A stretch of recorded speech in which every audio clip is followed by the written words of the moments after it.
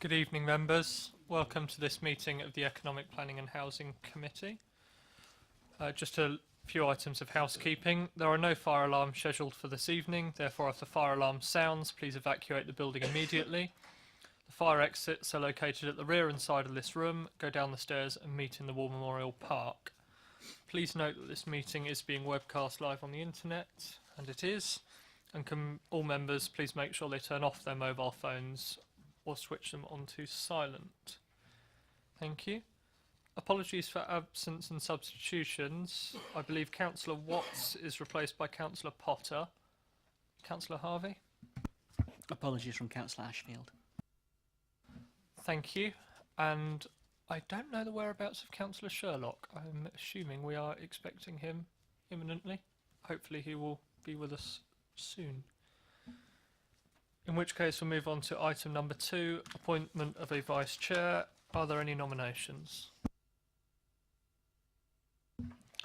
In which case that's carried over to the next meeting. Are there any declarations of interest? No.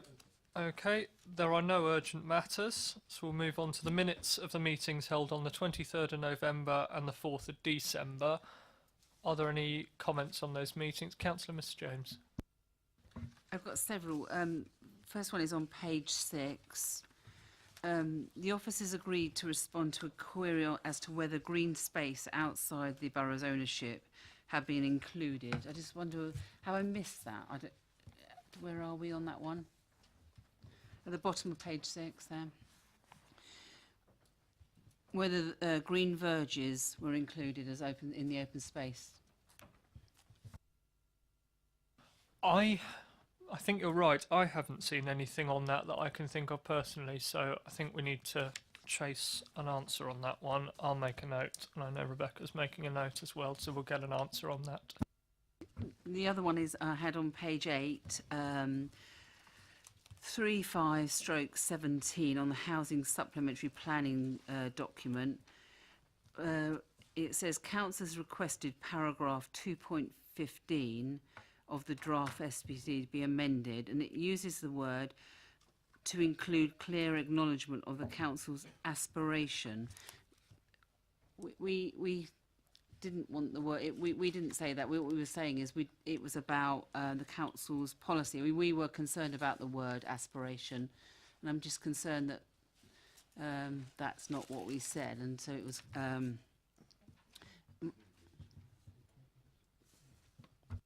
I can probably bring in Matthew Evans here. Thank you, Chair. Yes, we've looked at that wording, and I think the wording we've used is commitment. But what we wanted to make sure is that the wording in the SPD reflected in its entirety the approach in the local plan. So there was no sort of suggestion that in some way that the local plan policy was being moved away from. And I'm happy to share that wording with members if that's helpful. Just that it was the minutes that really what at this stage what I'm concerned about is the minutes were that we as and I think all of us were concerned about the word aspiration. It wasn't so I really don't want it in there because I don't want at any stage in the future that to come back and bite us. I want the minutes to reflect what we said, and it was more that we didn't support the word aspiration. So I hope I'd love to hear what we're going to have in the new document and things. But the reality is, I just want the reflection of what was said. So that's the next one. Is do you want to pick up on that? I understand that, Councillor James. If we change that potentially to include commitment of the council. Clear acknowledgement of the council's commitment to deliver 40% affordable housing in accordance with the local plan. Okay, everybody happy? Councillor Potter. I mean, I know we've had this debate ad nauseum, but I mean, the words in the local plan are pretty unequivocal. I mean, they talk about will require. There's no ambiguity about that. I don't know why we're all always so reticent and shy about making it absolutely clear.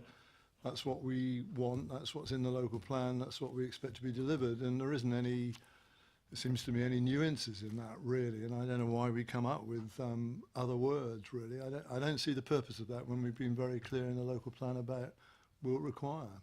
I think everything we say should reflect that, We either mean it or we don't mean it. It's as simple as that, isn't it? Yeah, I think we all agree, and I think if we change that wording, as I said, to include clear acknowledgement of the council's commitment to deliver a 40% affordable housing in accordance with the local plan, I think that should suffice. Councillor Miss James. On page 9, it says, in response, officers explain that information on viability assessment may be commercially confidential and agree to consider whether there was options to make such information available. I just wondered where we are on that. I don't think we've had an update on where we are on that. Thank you. We haven't had an update on that. I know that it was being considered by the officers and they were looking into that with the legal team, but we'll push for an answer on that. Sure, Councillor Potter. Just trying to be helpful, really, because it may, I think, relate to the two things. I mean, I think I said this last time, sorry, forgive me, but the Development Control Committee has asked for a report on this matter, and I know work is being done on that, and that's presumably a mix between planning officers and legal colleagues. So I think if we can tap into that, because the DC Committee said we want to see that, we want to get much more involved in this whole exercise of viability. It would coincide, I think, with the work you're seeking to do in this committee, Chair, really. So we've just got to tap into that, I think. Councillor Miss James. The other one is page 14. Officers agreed to provide a written response to questions on why the council has not published its own pay data and agreed that the council had a role to play in setting a working example. I don't know that we've had an example, an explanation as to why you've not given us that information. The reply to the committee is on its way. I don't know what it says either, but I do know that it's on its way, and I think if we can make sure that's expedited, that would be really helpful, because I agree that there are concerns there, so that just needs to be expedited. And the same as also is questions on gender pay data and the 40 companies in the borough. I'd like to know later on in the minutes it says that we'll be given an update. I don't know where we are on that. Officers agreed to circulate the data analysis held on full-time and part-time pay for men and women. Just picking up and chasing, and I just might as well say them all now on this paper. I've picked up on the bit about the 40 largest. That's on the same page. And I just wondered where we are on the Human Resource Committee, consider women's pay and the gender pay gap to ensure that council is leading by example. I don't know where we are in relation to a request for officers to consider how reports to Human Resource Committees could include information on gender pay.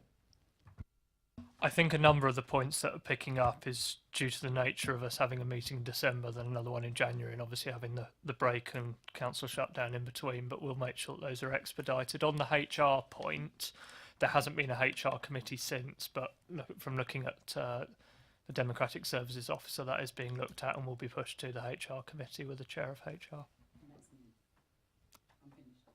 Thank you. Subject to those points being picked up and the amendment around the affordable housing wording, are we content? Yes. Thank you. That's those approved. Thank you very much.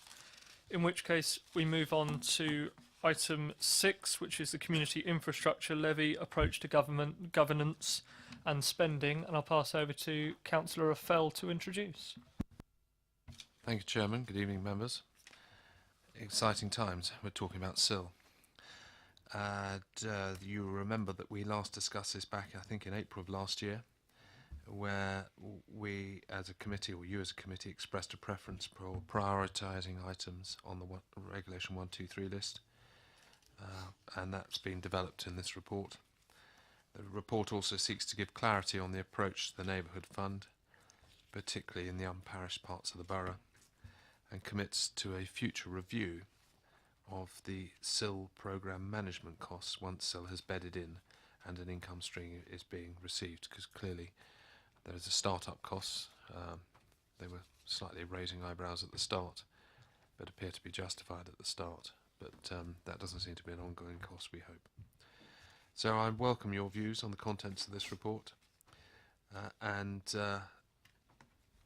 I'm listening. Thank you, Councillor Affel. Do colleagues from planning, we've got Matthew Evans and Mark Lambert here. Do you want to make any comment? Mark. Thank you, Chair. Just a few brief words, really, and to say that we've tried to build on the report from last April and to develop that further. In particular, we've used the view of the committee last time around prioritising the 1, 2, 3 list, and we've now developed a criteria on which to base that process effectively. So that's in paragraph 4.3 of your report, and I'm sure we'll want to talk about that a bit later in a bit more detail.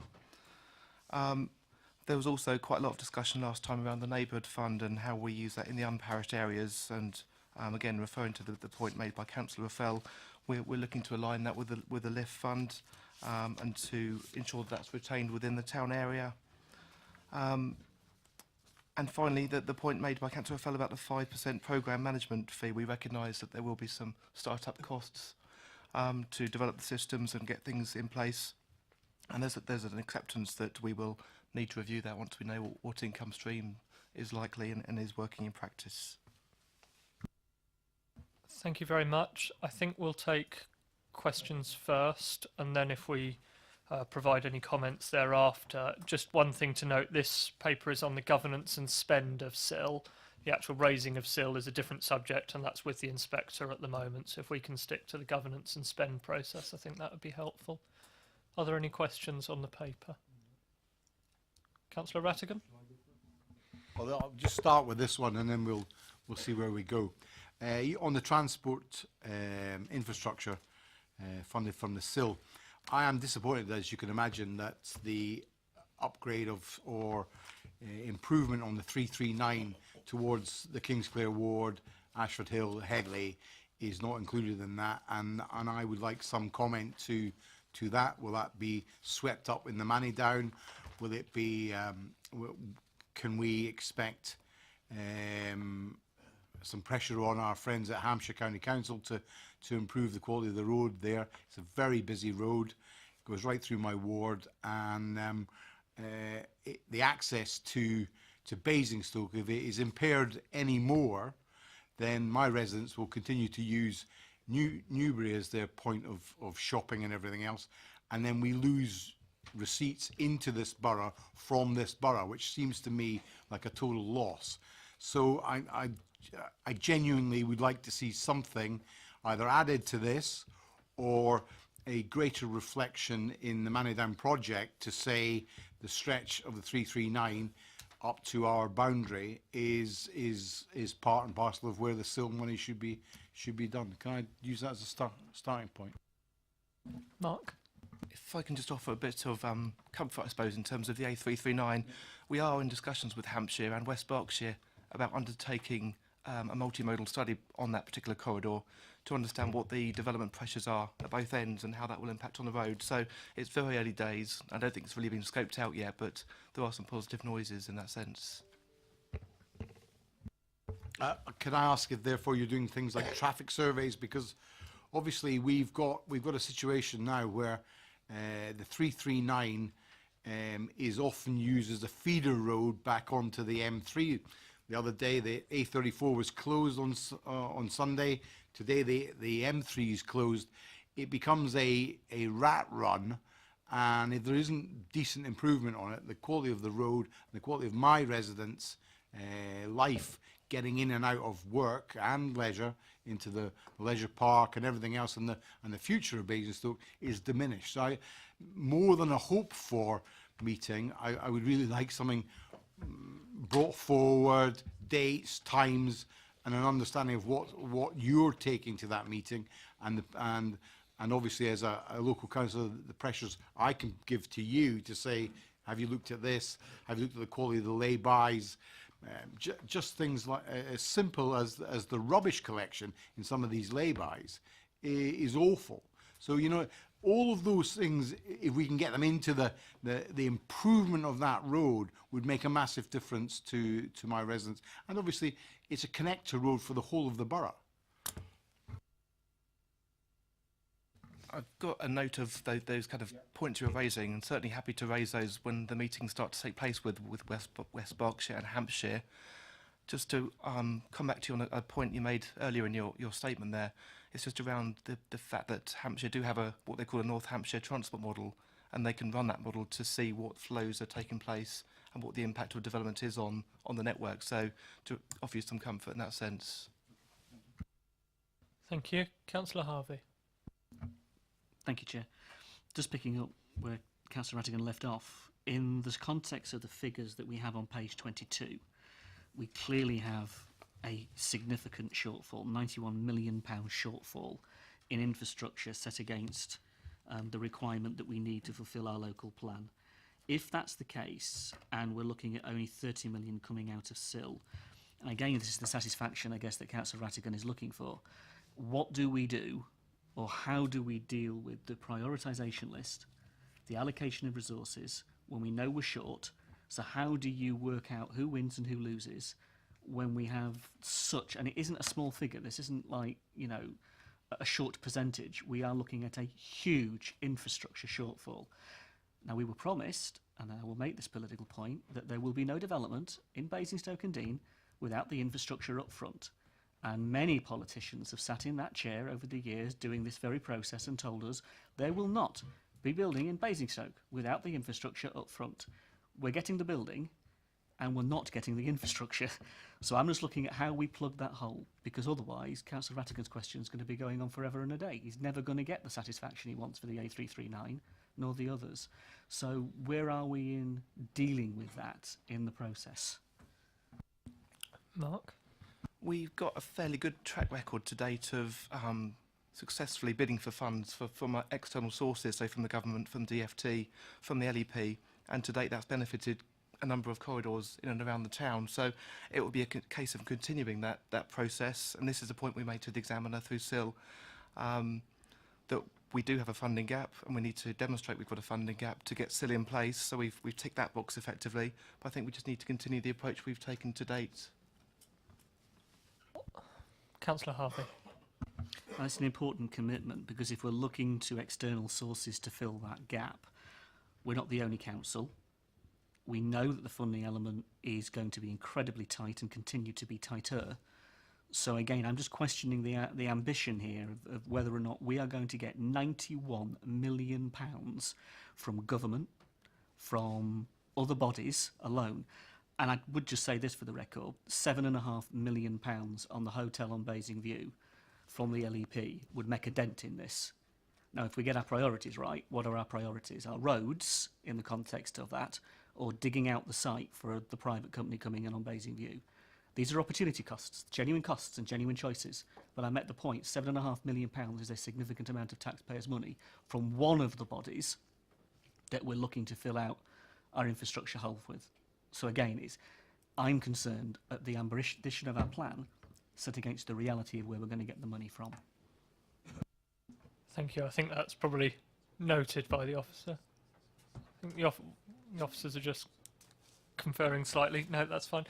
Can I just ask on that point, the government consultation that was released last week on the creation of a major roads network, and then there are significant roads in and around Basingstoke, such as the A33 corridor, which would be identified under that major roads network consultation should that scheme come about. Would that lead to possibilities for increased funding?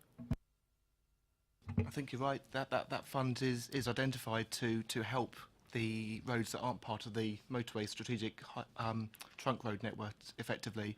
So it would be a case of diverting more funding to the counties, and that could benefit us potentially, assuming we are able to put in bids and work with the county to develop those.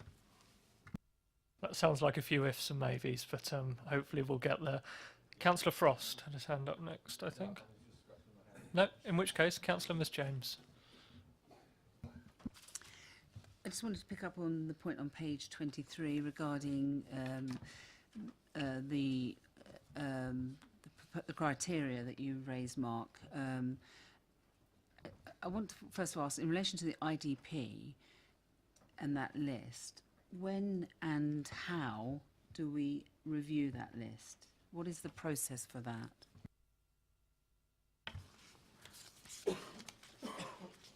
What we anticipate doing is reviewing that now on an annual basis, and I think it's also referred to in under paragraph 4.10 and the 5 or 6 points listed there. What we intend to do is to start an annual process of speaking to the service providers to see what's being provided that year, any additional needs arising, and updating it accordingly. Obviously, when we start to do further work down the line, there may be a need for a whole-scale review of the IDP, but I think that's the way we would approach ensuring it's up to date. So, in relation to a whole-scale review of it, and as you know, us looking at that and what's on there, when do we as a committee ever get, you know, to look at that list again and just to think about it? Is it on the work programme for it to come back? I see in relation to that list you took. It talks here about we will be consulted on the 5 top priorities, but I just want, you know, things move on, things change. You know, the town is changing. You know, I think it's important that we just look at that, review that list again, and consider it. You know. I think that under point 5, effectively, we're saying that the committee will be consulted on the priorities and the changes to the IDP through that process. So that'll be later in the year as part of the annual update. Can I just go back? That's still just the top 5 priorities. It's not on the whole list. We would want to present to members the updated IDP as it stands on the back of the consultations and liaison that we've had with service providers. Also, on that same page, in relation to 1, 2, 3, bullet point 4, it talks about able to either lever in funds that would be otherwise be available or provide funding. Does that mean that it wouldn't be considered if it couldn't lever in those funds? What does that bullet point mean? I think it's just a helpful point to consider positively those schemes where this may attract partnership funding. I don't think it's a blanket yes or a blanket no. It could attract SIL funds with or without that, effectively. It's not because we had these sort of matrix before in relation to open space and whether it's worthy, or there's not going to be a matrix that says if it doesn't lever in the funding, it's not worthy of funding from SIL. I envisage it not perhaps being a yes/no answer, but being a more of a description, as in this has the potential to lever in funds or not, and then some kind of narrative accordingly. I think that's helpful. Councillor Potter.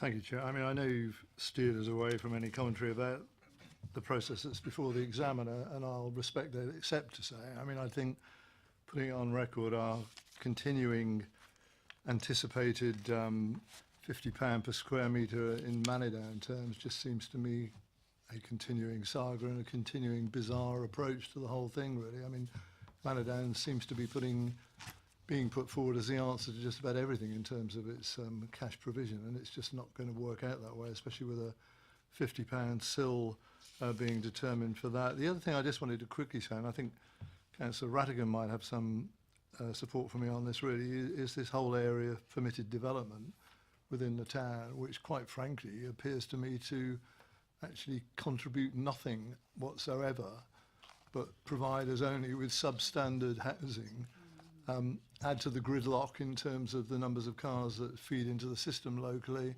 makes absolutely no contribution in terms of SIL or 106. And I know we are limited in that, and I accept that as a preamble, but this council ought to be making very strong representations about permitted development and the impact it can have against towns like this one, and the impact it has in terms of our best laid plans under the local plan. If I don't say it now, I don't know where else it can fit in, really.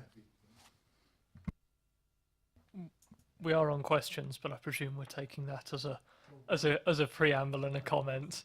Do beg your pardon. I mean, why cannot we say more than we do? That's what I was going to say, really. I think seems to me we're obligated to say something about it. And again, making reference to Councillor Rattigan, if I may, it ties in with, I think, a concern he has, as I do, about the actual standards of those units that are created under permitted development. And our lack of influence in planning and in building control terms. And I think we're all on the same page on that, but we seem stymied about anything we can do or say on it. Thank you. As I said, tonight we really are looking at governance and spend process for the money that we raise from SIL, wherever that SIL be raised, whatever that figure is, how do we divvy that up and make sure that's represented fairly across the whole borough. On office to residential permitted development, that is coming back to next month's EPH committee. And we've got a paper going on that. I don't know if Matthew's got anything to add to that or no. No, we'll wait for the paper. Okay. In which case, next on my list was Councillor Frost. Thank you, Chair. I would just like, would it be possible to get some clarification on the criteria of which item on the old 1, 2, 3 list would be selected over another? How are we actually going to prioritise this? I mean, reading the report, which is cracking piece of work. Thank you very much.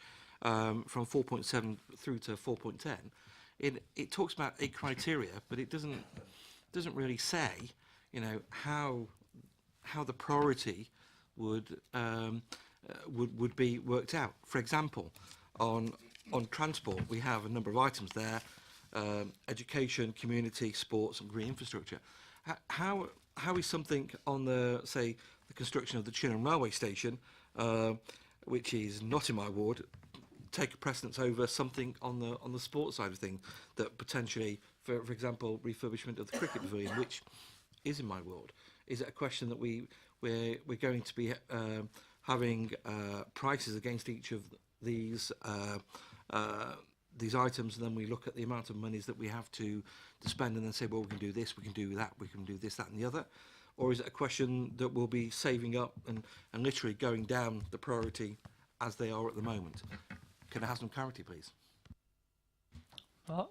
I think excuse me. I think it's going to be a matter of judgment to some extent as to how we apply that criteria to the items listed on the 1, 2, 3 list, and to come to some kind of view accordingly. Obviously, the list is quite extensive, and the amount of income is going to be limited. So there may be some decisions to be made amongst members around what they feel is the most important thing on that list. It may be that we want to align things with the council plan priorities, for example. So just picking up on that, and on decisions to be made by members on that, you envisage that there would be some sort of decision-making process. Would that be a cabinet decision? Would that be a cabinet member decision? Would that be a committee view to bring that back? It would be through the cabinet process with the views of this committee sought subsequently once they've come to a view to ensure that that's the right view. That's helpful. Thank you. On this point, Councillor Rattigan. Can I just say that I wouldn't like it being a cabinet decision. I'd like a member input into this. We know our wards better than anybody, and frankly, some of the cabinet members barely get out of East Woody. Thank you, Councillor Rattigan. I think the way that the cabinet system works is that we do have a cabinet system in this council, and the portfolio holder for planning and infrastructure takes views from all members, and will be taking views from all members, and will be seeking the input from this committee as he does on a regular basis. Councillor Frost, did you have another point, or did you? In which case, Councillor Harvey. Thank you, Chair. No, I'm going to resist it. I was going to follow up, but I'm going to resist. I could easily say something about members from East Woody and disproportionate influence, but never mind. Can I just pick up the point about LIF and the issues around the relationship to neighbourhood funding? I've mentioned this in scrutiny in regard to the budget, but obviously it's directly relevant here in the conversation we're having about the rearrangements and the relationships between the different funding. In the equalities element of this report, it talks in very vague language, but what we know is that the divvying up of the resource, for example, 25% going to those that have adopted neighbourhood plans, 15% come to those that don't, the overlap with whatever LIF funding is left. Those that win and those that lose, those that get resource, those that don't get resource as a result of a process, potentially creates an issue of inequality. and how we deal with that. And my concern is, and I still say this, and no one's answered this yet, and I know they can't because we're still investigating it, but it's the point to raise. If SIL is specifically registered against the list of the Section 123 list, then it must be spent on it against those items, it must be prioritised against those items.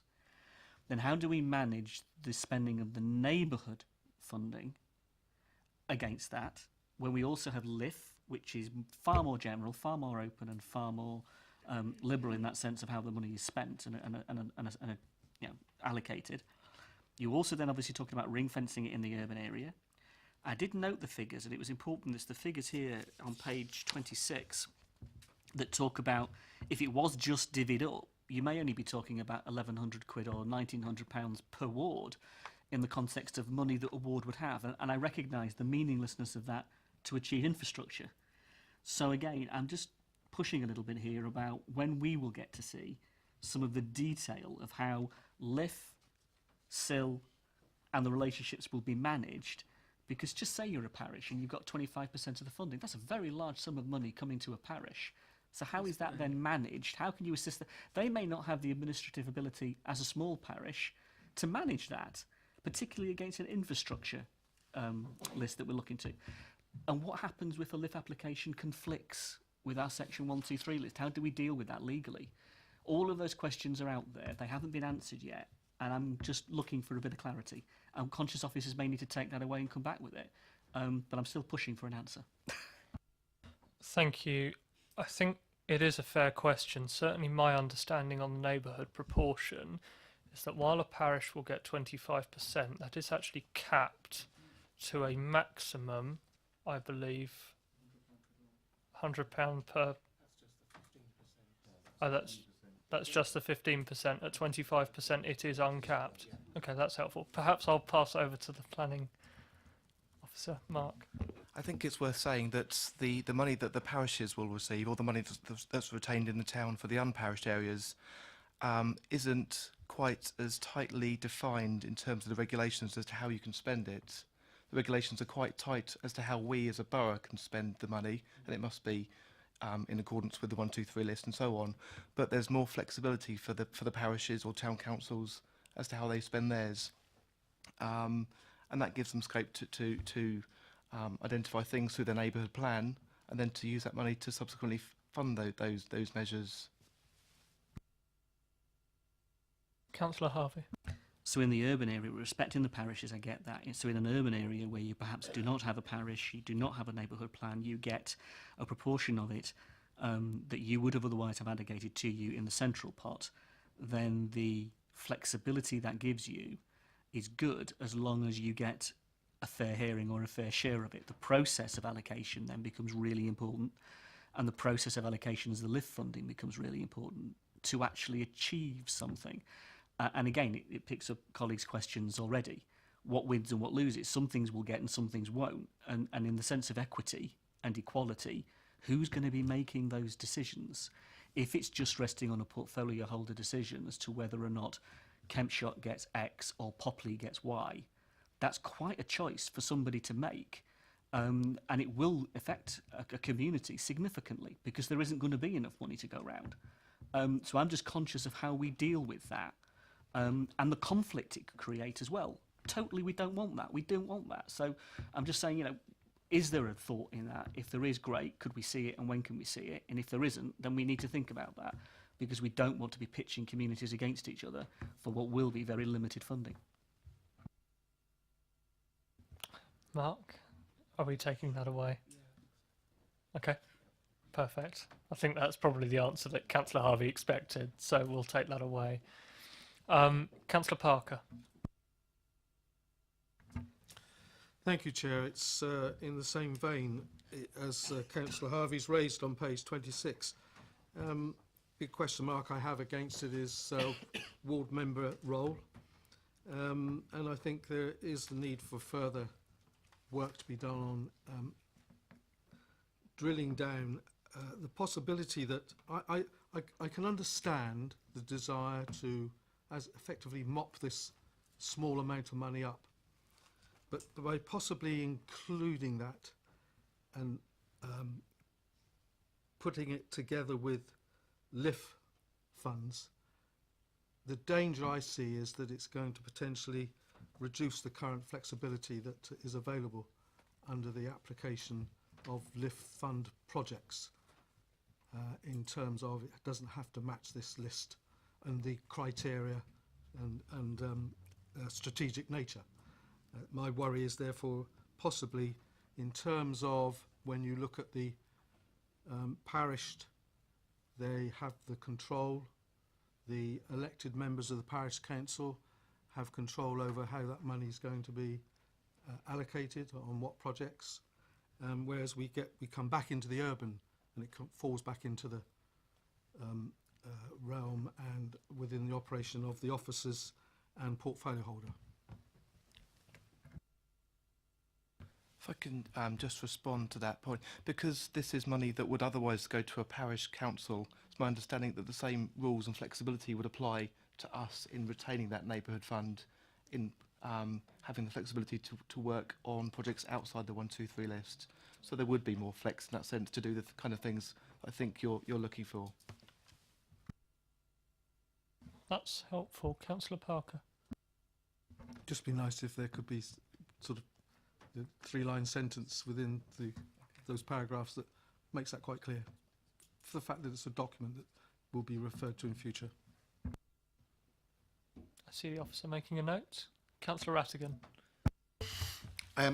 Just to go back to my previous question on the 339, can that be added to this as a strategic area or as a local transport, or is this now done the list? I just want to make sure I caught that. The 1, 2, 3 list was considered by council last May, I think, from memory. So there aren't any proposals to update that at the current time. But when we perhaps do the updates to the IDP, there will be scope to consider what changes are needed. Okay, Councillor Rattigan. Thank you.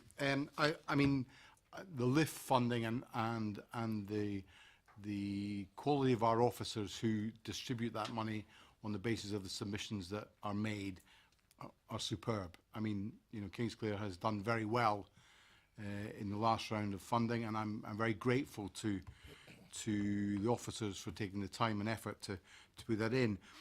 And therefore, I hope the way that we go through this list won't be on a basis of who shouts loudest gets most, but it will be that same consistency of looking at how it impacts a community, where we can make sure that people in my ward would use a facility in Tadley or whatever to make it public to them. So as we get more bang for our buck, so to speak, so as we can all benefit from this money.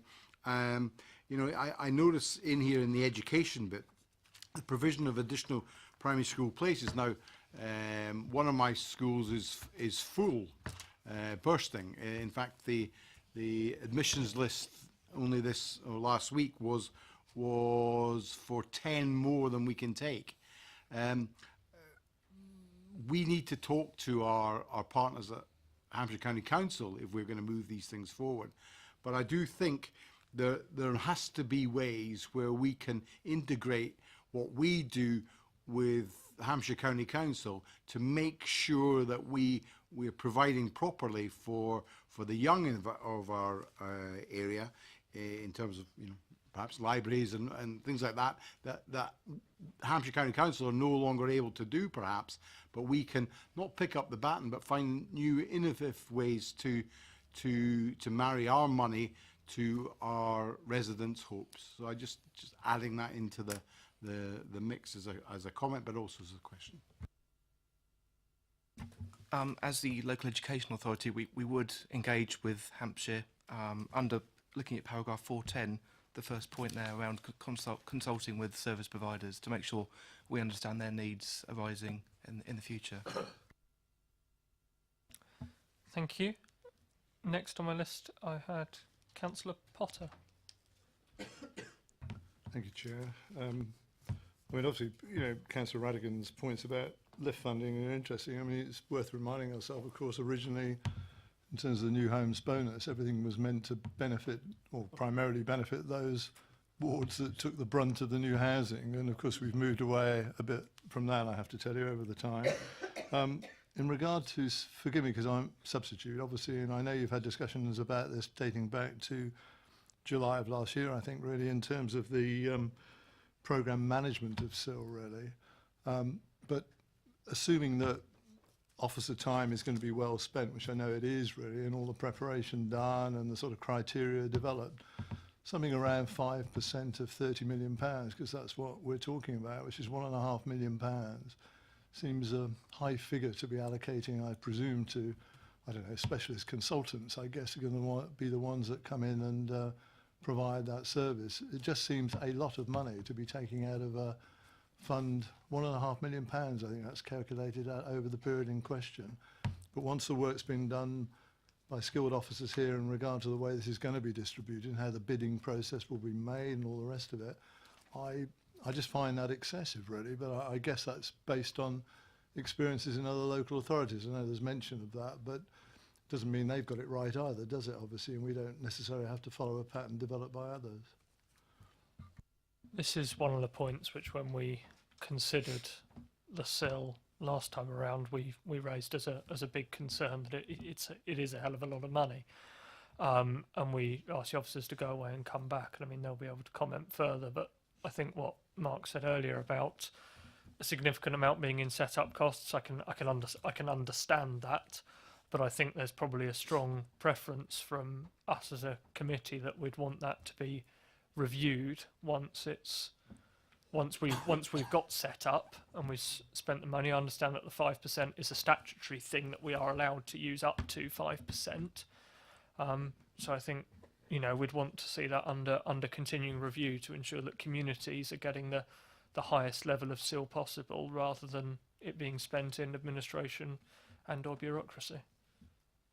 Any other? Noted. Fine. I think that's been noted. Or consultants. I think it was Councillor Potter's point, which he wanted me to say. Councillor Miss James. Thank you. Page 27, 7.5. I'm just really pleased that we've agreed now, after a little bit of persuasion, I suppose we could say, that the annual monitoring report is coming back to this committee, because if you see there that the SIL funds will be reported on, and we'll get to see that on an annual basis. So that's great news. Can I also talk about, in the conclusions on page 28, 12.1, I suppose I'm a bit concerned about the language here. In it is recommended, and what it talks about here is this, the key strategic priorities of the R123 list. But it says this will help to support the delivery of homes and jobs in the borough, whilst providing some scope to benefit existing communities. And I'm just concerned. Can you? You know, this is about new homes and new jobs, or jobs that maybe existing jobs, but what about that? I'm just worried about the language of that whole paragraph. Could somebody help me on that, please? Mark? I think it's intended to be a summary position, really, of the rest of the report, and just to kind of summarise where we got to in the criteria. And I think that the point you're making around existing communities is picked up really in the second of the 4 bullet points on 4.3. Just to read it out, it says one of the considerations will be that it would have a local or wider community benefit, particularly those areas which may be impacted by nearby developments. So that statement you referred to is just really to summarise those bullet points in a short manner. Without meaning to take the words from Councillor Jones-Mel, I think the concern that I think I would certainly have as well is that the phrasing of that paragraph places a lot of emphasis on the new residents rather than the existing residents. But I think that probably brings us into one of the difficulties with SIL and the examination and the inspector, that SIL, by its very nature, unfortunately, is intended for new residents, not the existing. Is that a fair summary? I think it's probably worth flagging up the purpose of Section 106 is because they will still remain in the future, and obviously the 106 approach is designed to mitigate the impact of new development. So that should be dealing with any implications of a new site coming forward, and the direct implications of that, where it's in line with the 1, 2, 3 list. The purpose of SIL is primarily to focus on the more strategic infrastructure, which will not only benefit the local area but the wider community. If you're not in an area that is near the development, but if you're in an area that is away from that, and if you're not the new home and you're not a job, but you're an area of deprivation or you have needs, I'm very concerned about the language of that, and I would like us to change that, because I'm concerned of, whilst providing some scope, you know, to benefit existing communities, we want, I mean, surely the list, and that's why we need to look at the list again, is about providing scope to benefit the town as is now. If we're going to have new development, surely the view is that we should be supporting the community that is here at the moment. And so everything that I'm about politically it really concerns me here in this. I think it comes back to the point I made initially, that paragraph is merely a summary, and I'd refer you back to the four bullet points under 4.3. Matthew, did you want This to? is the reasons for, this is summary of the reasons for the decision, and I think this paragraph is very important. Yeah. Did Matthew want to come in there? Yeah, thank you, Chair. I suppose just to restate the point which Mark has made is that actually it's 4.3 which sets the criteria, and I think the second bullet point is very clear that one of the criteria is that projects should have a local or wider community benefit, particularly those areas which may be impacted by nearby development. So I think that's probably the hook which members want. And I suppose, you know, hindsight's a wonderful thing, but there's no reason, you know, arguably that the report could just as easily say in relation to 12.1, you could take out the reference to, whilst providing some scope, and just have a simpler sentence which says this will help to support the delivery of homes and jobs in the borough and benefit existing communities who may be impacted by major new development. And I think that probably reflects maybe slightly closer what's in 4.3. But again, the key point is it's 4.3 which sets the criteria, and I think there's a clear indication in there that the expectation is that SIL will support existing communities which are impacted by development. I think it's a fair point that Councillor Miss James has raised. I think we would want to see something which says a bit clearer, and perhaps a simpler sentence which says, you know, will help to support the delivery of homes and jobs in the borough and also benefit existing communities. I think that potentially is simpler and gives equal weighting, if you like. And I suppose, Chair, the best way to deal with that is to have that reflected in the minutes of this meeting. Yep. On this point, Councillor Frost. Thank you, Chair. Wouldn't it just be easier just in 12.1 in the final sentence just to remove the word some? So it goes whilst providing scope to benefit existing communities which may be impacted by the major new development. On this point, Councillor Harvey. Thank you, Chair. I think in the context of the bullet point, it's going to come down to interpretation. I mean, these are sentences that have an awful lot in them. So in the context of that, let me give you two examples that I'm thinking of straight away. If we take the development, just for argument's sake, of Kennel Farm, and you take the argument that, all right, if it was to give SIL, there are immediate surrounding transport network issues that it's resolving, or SIL would seek to resolve strategically in the nature of SIL. There are then matters, for example, the Heather Way roundabout, that has absolutely nothing directly to do with the development down the road, but of course it does, because it's the next one up for the transport network directly affected by the development. So there's a context to this of what do we mean by nearby, what do we mean by the existing community, such that we do genuinely understand the impacts that the development is going to have on communities. Take another example, Winkleberry.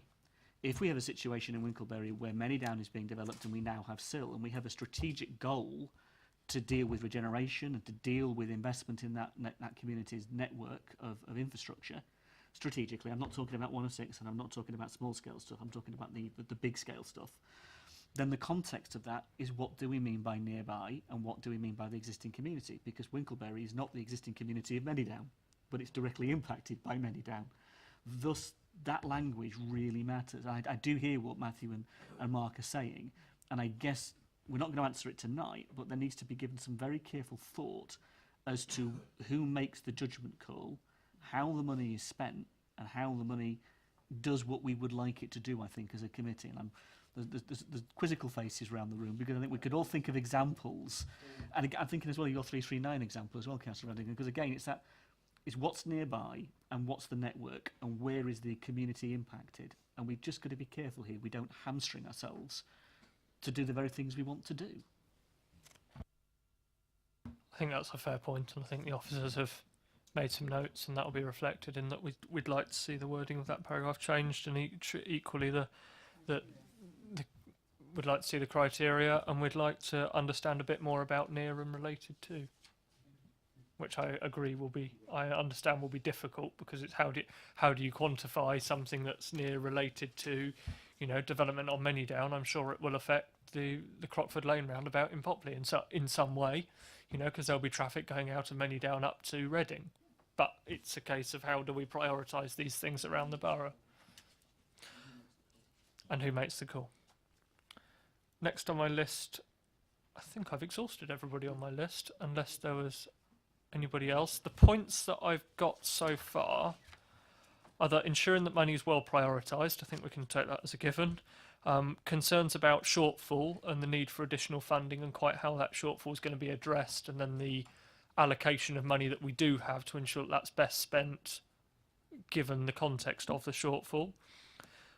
We want to understand a bit more about the 1, 2, 3 list priority, and then the review of the 1, 2, 3 list, particularly with member and ward member input. Councillor Harvey raised concerns about the equality implication of different spending across the borough in different areas. We spoke about the governance of the neighbourhood proportion and ensuring that there's the same flexibility offered to urban wards as is given to the rural wards on that proportion, be that 15 or 25%. We continue to question the 5% admin charge, but we understand that there will be set-up costs and that this will be reviewed in the future. Key piece around working with partners, in particular, I think that will be Hampshire County Council as the lead transport authority and the education authority in delivering infrastructure of that nature. And then the final point was really around this 12.1, the wording in there around not just new residents, about making sure that existing residents are reflected well, and a further understanding of what constitutes near and what constitutes related to. Councillor Mrs James. And also the point that Councillor Potter said about his concerns around Manydown and the seal and the charges there. I think that needs to be minuted. Sure, not a problem at all. Are there any other comments, or are we happy to submit those as our comments to the portfolio holder? Thank you. Councillor Raphael, did you want to say anything to sum up, or are you feeling...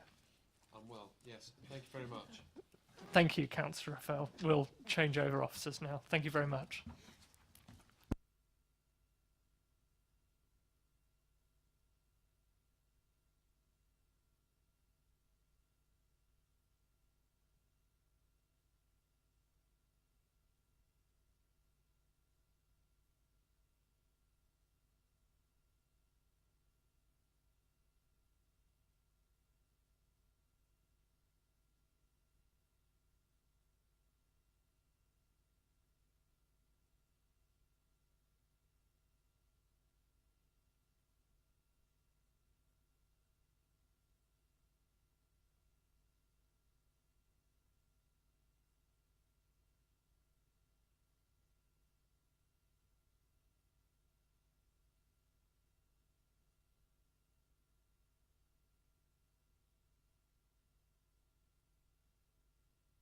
From one ill portfolio holder to another, I think.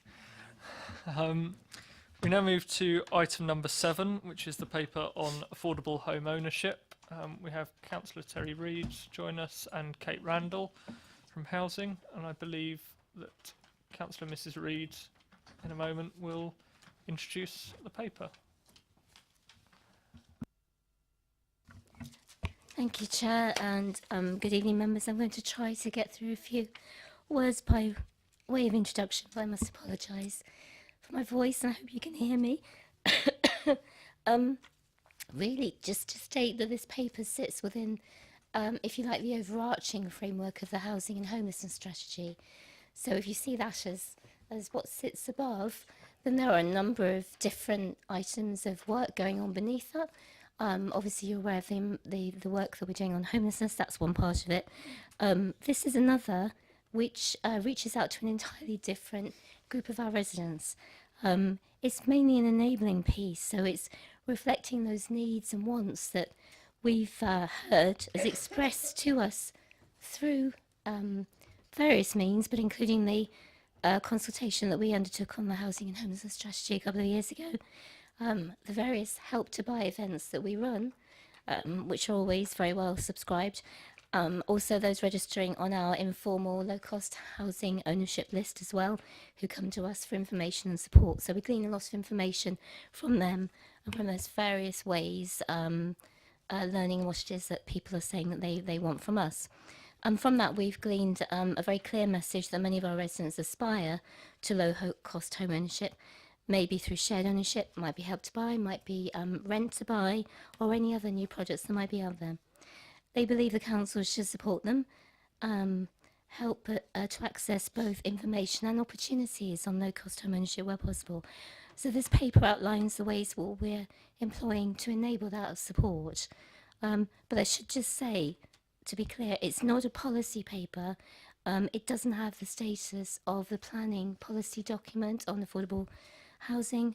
It simply seeks to inform the decisions that we take on affordable home ownership by providing evidence and a commentary on that. But it isn't a planning policy document. That's helpful. Thank you, Councillor Mrs. Reid, for bearing through us with that. Kate, did you want to say anything? No? In which case, I think we'll go to questions on the paper first, if members have any questions that they'd like to raise. Councillor Parker. Thank you, Chair, and thank you for the portfolio holder struggling to give us the introduction, in which there was mention of rent to buy. Is there anywhere specifically in this document there is reference to that particular model? Kate, do you want to save Councillor Mrs. Reid's voice, potentially? Very quickly by saying no, there isn't. Rent to buy is one of a range of products that are being sort of developed and offered out in different places, and we are expecting some further sort of guidance from government in terms of the response to the white paper consultation. But specifically, there's nothing more. There's no more detail on specific approaches and specific models in the paper. This is more of an overarching sort of summary of the direction of travel. Thank you. Did you have a follow-up point, Councillor Parker, or was that?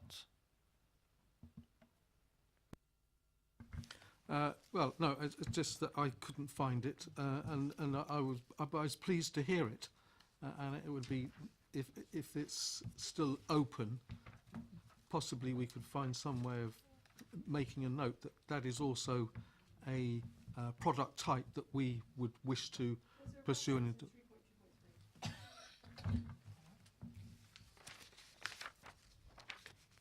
Would you mind turning your microphone off, Councillor Parker? Thank you. Here, there's a reference in 3.2.3, where I think, as Kate said, this is one of those things that's emerging, but it leaves the opportunity available should something come forward. Yeah. Councillor Potter. If I may, Chair, I mean, just to get Kate or Councillor Reid, whoever, just for the record, really, to confirm, coming back on my hobby horse, really, to make the comment about permitted development. Obviously, absolutely no provision for affordable housing within permitted developments, which again, I think is a scandal, and I think that we ought to, I mean, A, they'll confirm that, I'm sure, obviously, but B, obviously, make our comments about that. In terms of the affordable housing numbers that are included within the table we have before us, just to confirm, obviously, that those are forecast figures and estimates. Are we able to say just how many are in the pipeline at this particular time? I mean, can you provide figures on that?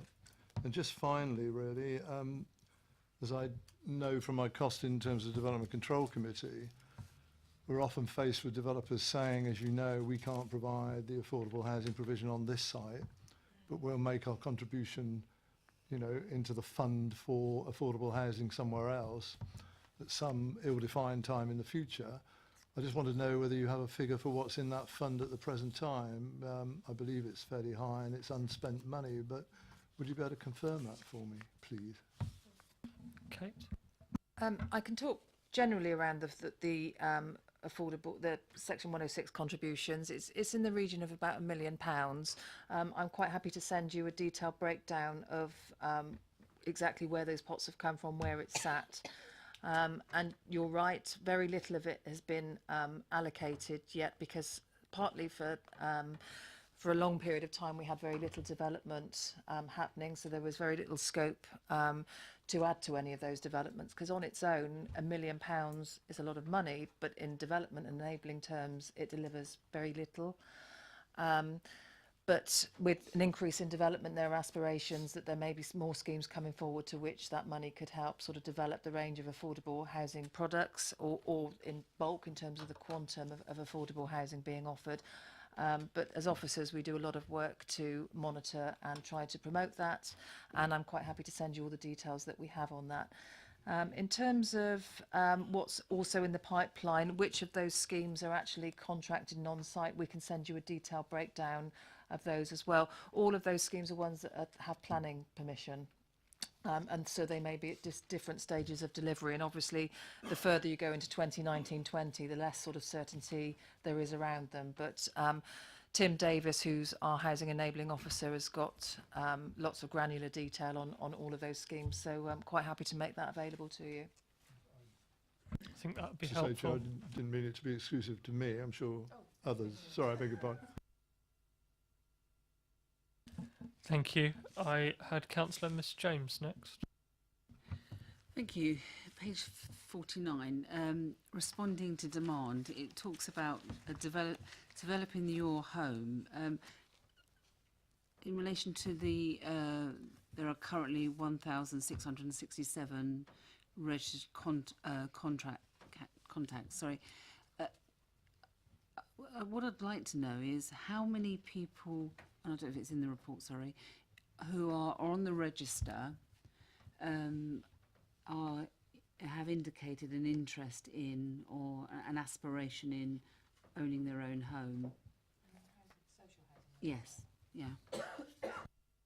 If you recall, when the housing register was much larger and an open housing register, we used to try to capture all of that detail within the one application form.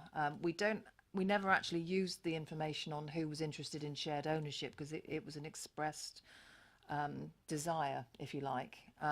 So we don't actually have those any sort of correlated figures in terms of who's on the social housing register and who's interested in home ownership.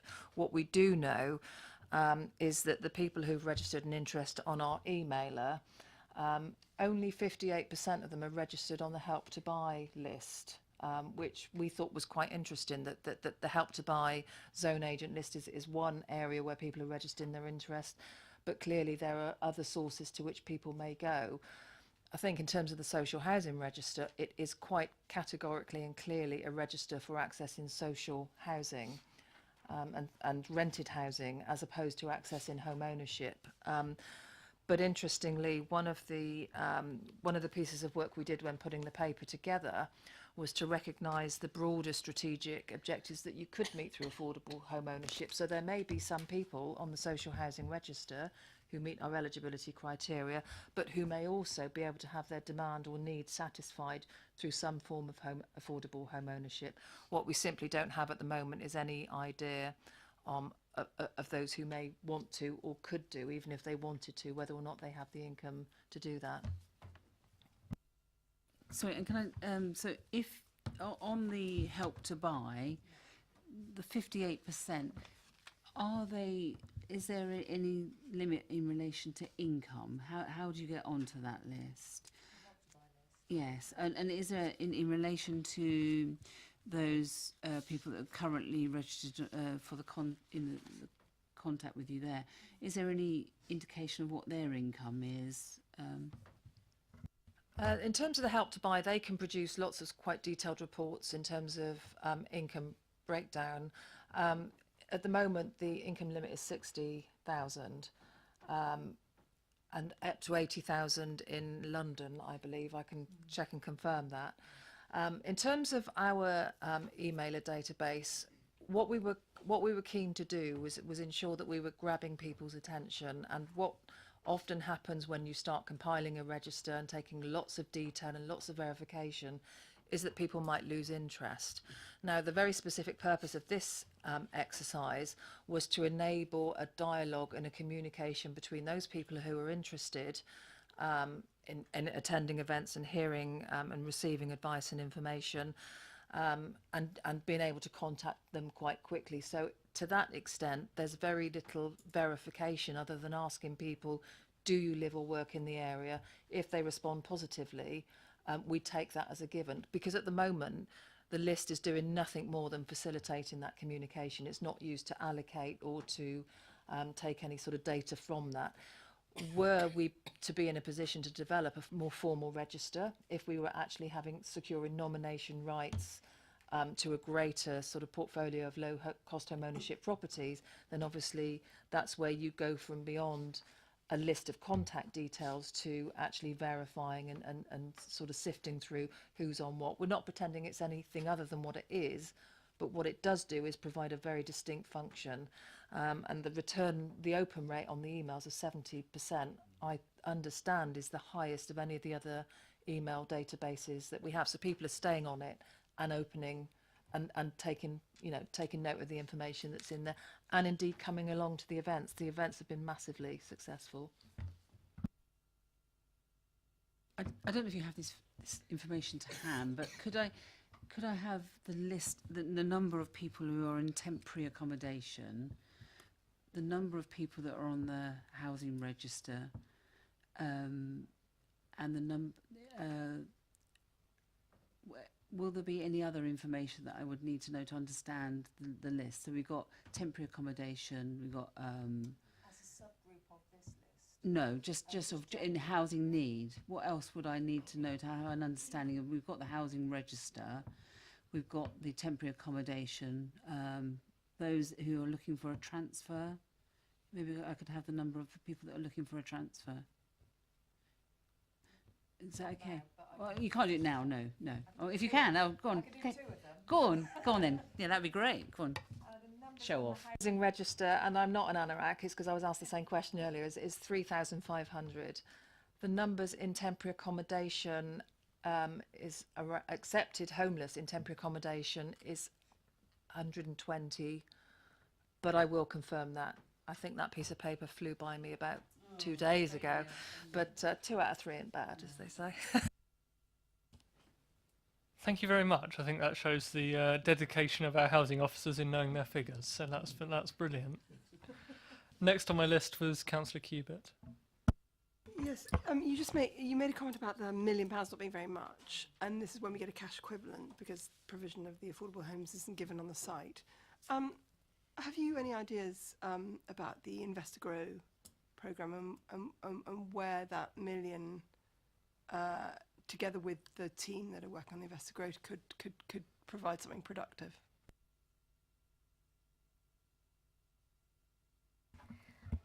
We've made reference to it in the paper, obviously, because that's a possibility, and certainly we've had discussions. Shall I say not in-depth discussions, but certainly discussions around it. If you really want to go into great detail on the Invest to Grow, of course, you've got Councillor Isaac coming in later, and yeah. I know about the Invest to Grow. It's just about when we have these pools of money, whether there's been kind of joined up thinking on it.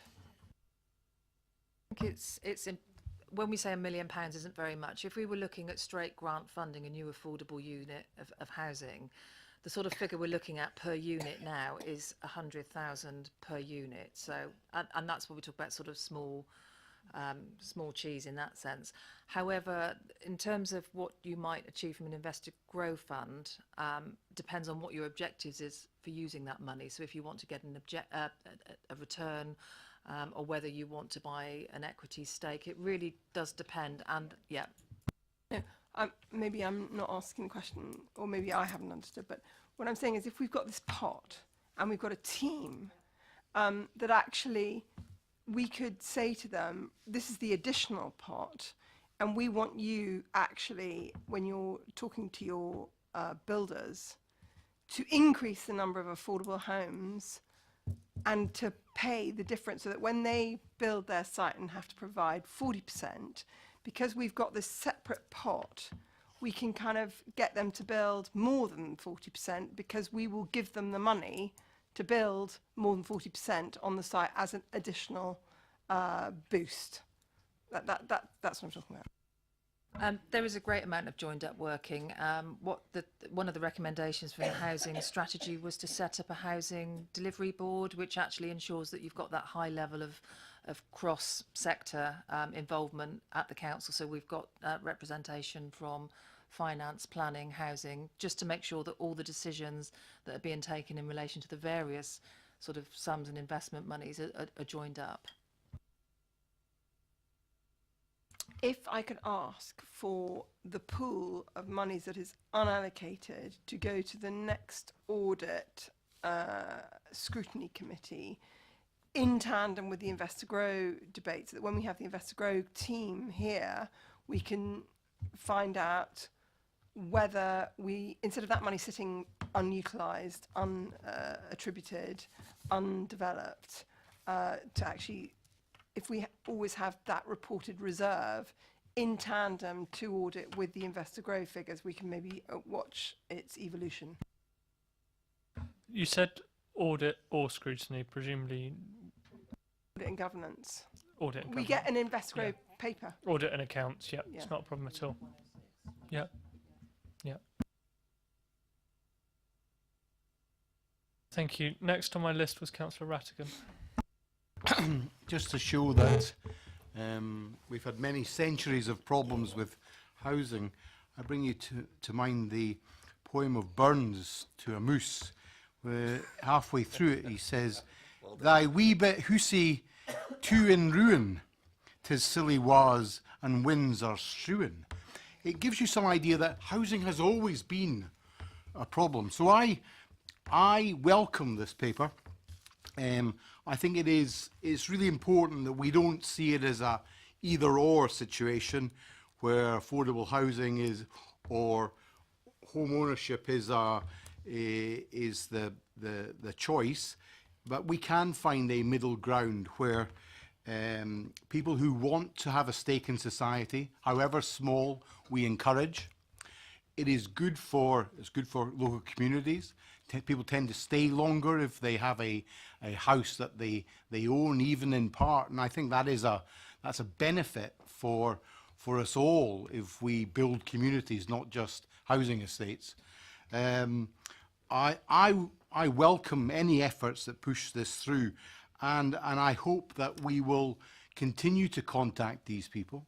We will ensure that we match their aspirations by bringing together funding sources, whether those be building societies, banks, whether it's individuals who have money to build, or it's directly to developers to say, this is a source where you might find some residence for your housing. We need to do this. We need aspiration within this borough, and this paper ticks the box. So well done. Thank you, Councillor Rattigan. Councillor Harvey. Thank you, Chair. The only comment I'll pass on what's just been said, and this is a simple disagreement, and I'm sure this is what the councillor meant. Owning a home is not the only qualification for having a stake in society. I don't think that's what you meant at all. No, but I would just put it on record. I rented for nearly 15 years, and it didn't stop me from having a stake in society. I know, indeed. Just picking up the points of the paper, just looking at it, Chair, and picking up the important debate that's being had within it and some of the questions that it raises. On page 43, on the fourth bullet point, we talk about the realistic opportunities of securing social housing for rent. And this is a double-sided coin in this context, social rent and affordable home ownership, the context of what we talk about here. What I'm drawn to in that is the current position we face, and I want us to understand this, I think. If we look at the AMR, what it tells us is in that year and in the current AMR, there were only 136 gross affordable homes completed in the borough during the monitoring period. In other words, we only achieved 23% of all homes delivered affordable gross. That's a shocking figure in the context of our aspiration, both for social rent and home ownership.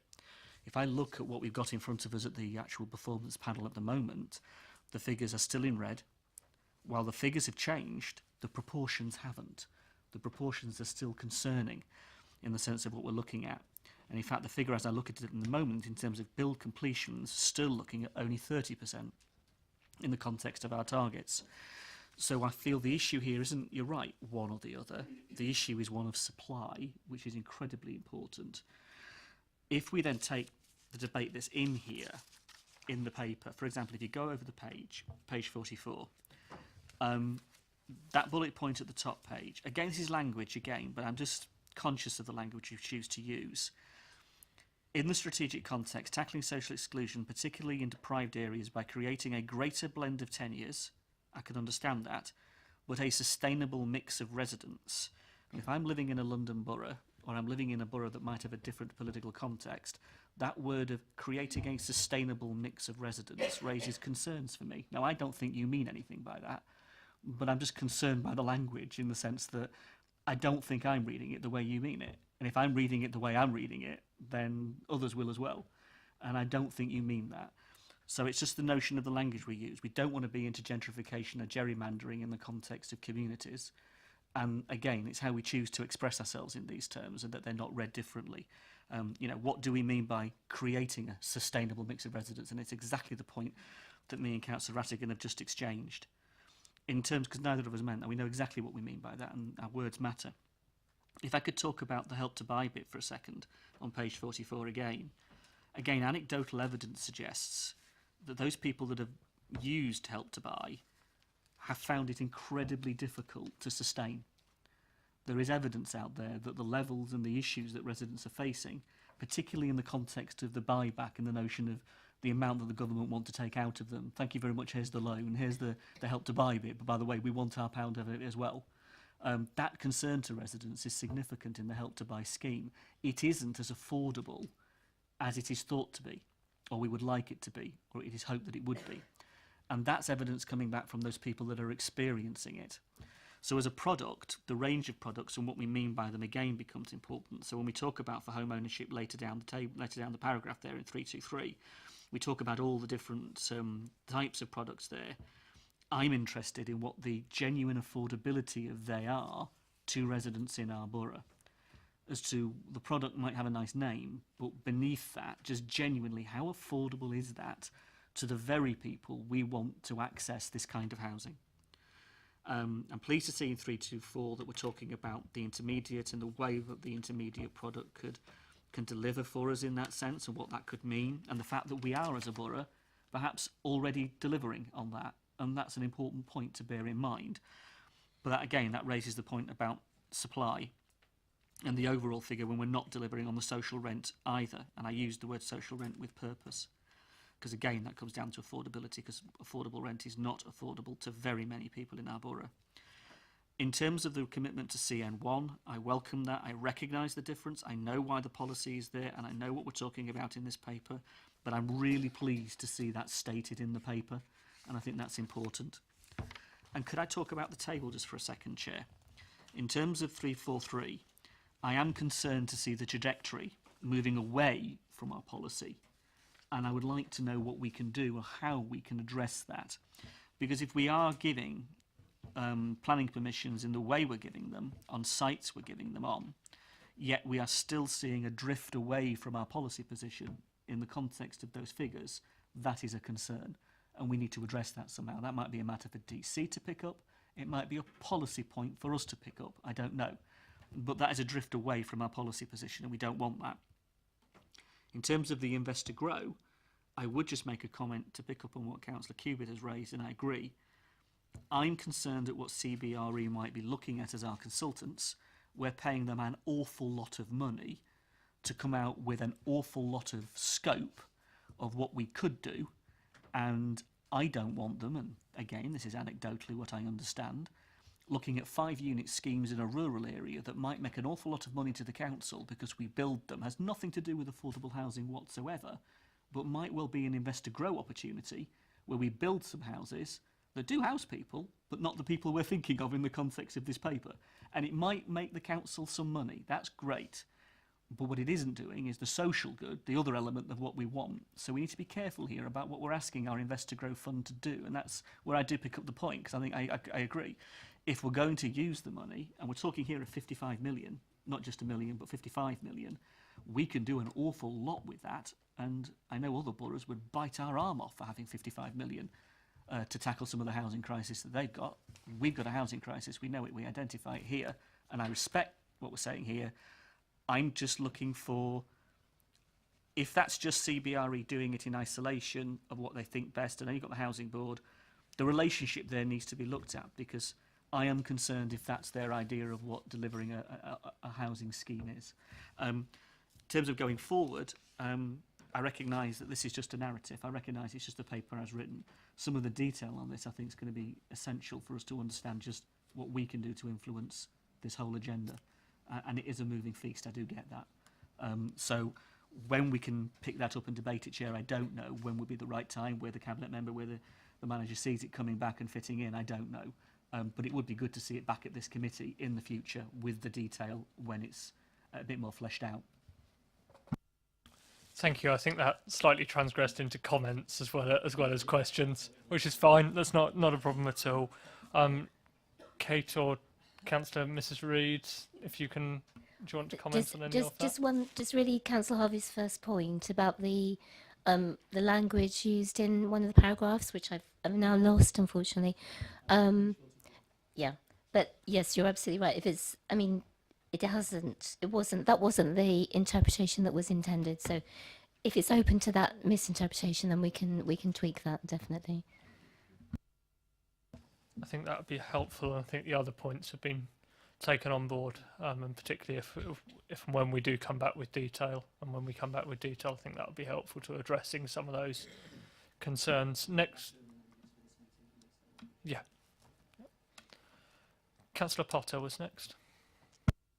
Thank you, Chair. I know Kate's going to come back in terms of the information around the fund that we've spoken about previously, and I support Councillor Cubitt's view that we might look at that in audit and accounts. It puts it into context, doesn't it, when you talk about £100,000 per unit, really, just how little that represents, really. And I'll put it on record. I mean, it shows that we ought to be much more vigilant in the way that we hold developers to our provision in the local plan when it comes to affordable housing on the sites that they're developing, because we don't get it back pro rata elsewhere. That's the fact of it, really. I just wanted to ask, and sorry, I said it before, I'm not part of this committee, but in terms of the housing register, which Kate was quoting at, I think, 3,500 currently, do we actually know in any detail what happened to all those people that were removed from the housing register going back some time, which were thousands in number, from what I understand? Do we have any follow-up process that we can quote in regard to where they have gone? Because they haven't disappeared. And whilst all of their needs and their registration on the register itself might have been questionable, you would say, many were not, in my view. Do we know where they are now within the housing requirement provisions of this borough at this time? Kate? I guess in terms of where individually of those cases have gone, no, we didn't sort of trail and track that through. We have reported to committee a number of times as the policy was changing, the processes that we went through to ensure that we were capturing all of the people and those that wanted to remain on the housing register. What I can do is track through and see where we've reported that and the actions that we took. I mean, the housing register and the eligibility criteria is something that is now, you know, if people apply and their circumstances don't warrant their inclusion on the register, they can change again in a month's time and they can reapply again. So it wasn't just a you're off and you can't come back. What we do know is that 3,500 are individually assessed and verified as having a housing need, as defined by the council in its allocation policy, and do have a verified need. Previously, of course, there were lots of differentiations between who was on the register but not in any form of housing need. We do know that those 3,500 have a need for affordable housing. That's helpful. Councillor Rattigan. Can I ask Kate to do some more work? Sorry, I know, Kate. I'm sure you're sick to death of this committee. I wonder, could you give us some comparison to compare affordable rents, as Councillor Harvey has pointed out, and somebody having a mortgage on a two-bedroomed place within the borough? I just think it would be useful in the context of what we're looking at, even if you just got a set of figures from, I don't know, an estate agent or something, or somebody who can give you a mortgage advice. Just because, you know, we have this discussion about what's affordable and what's not affordable, and I think it would help the conversation if we had those figures. If it's possible, if it's not possible, then I totally understand. Not myself, but Di Bromley has done copious amounts of work on affordability, and she's done that in relation to the strategic housing assessments. So I'll speak to her and see what we can actually send to you in terms of what we already hold. But yes, she's done lots of work on that, and it's been updated recently as well. Councillor Rattigan. Thank you. And to Councillor Harvey's point, a sustainable mix, in my view, is about things like age of the residents, is about the size of the housing, it's the mix of those people. Yeah, that's how I read it, and I didn't see anything more in it than the officer has written. So I just hope that we can say that. And a stake in society is the housing bit of it is small. A stake in society is having a job. It's using the facilities of the town or whatever. I'm just saying that was one small element of having a stake, and it's important that we don't see everything as a confrontation, but as a willingness to move this borough forward to produce the right housing for the people who live here and the people who want to join us here, and future generations who will be in places like Manley Down, for us to produce the best quality housing. You know, I'm appalled at some of the permitted development that's in this borough at the moment. I'm just appalled, and I think we can do so much better. There has to be a way where we can influence what developers build and say to them, you don't need to cut corners. You can produce better than you're doing at the moment. We shouldn't have areas like Rookstown having snagging lists of 40 and 50 things when they move into a new house. It is appalling, and we need to be better at saying what the agenda is in our borough. And I think this paper, in terms of how we move people into the correct homes, is a great start, but obviously it's a foundation on which we need to seriously build. On that point, Councillor Cubitt, you were itching to go. Yeah, no, I mean, it's an excellent paper, thank you very much. And I just wanted to help you in that bullet point, that instead of the word and, if you just insert enabling. So by creating a greater blend of tenures, enabling a sustainable mix of residents, and then there can be no ambiguity as to what that means. Thank you. Councillor Frost was next on my list. Thank you. I just want to pick up on that one particular point that's just been discussed by it was picked up by Councillor Harvey, Councillor Rattigan, and also Councillor Cubitt. I thought when I read that bullet point about the sustainable mix and the greater blend of tenures, the sustainable mix, I thought I understood what you were saying. Okay, I've just had my eyes opened by Councillor Harvey, okay, who read it from a completely different way. But unfortunately, no one's kind of asked for clarification on this paper. What did you mean, okay, when you wrote it? And I would like that clarification, please. Genuinely nothing contentious, I think, would be the response to that. In terms of, you know, having a variety of opportunities and a variety of tenures, rather than, and not creating sort of ghettos of deprivation or gentrified places where people on lower incomes are excluded. So it was genuinely a positive reflection on you know, the contribution of a multi-tenure scheme can provide. Thank you, Chair. I just want to say thank you very much for clarifying that. It is what I thought, okay, it meant. And again, if that can just be clarified and tightened up, I think that this will then be, you know, an invaluable paper to actually help arm us, okay, for decisions that almost invariably we're going to have to make in the future to give our residents exactly what they need. So thank you very much.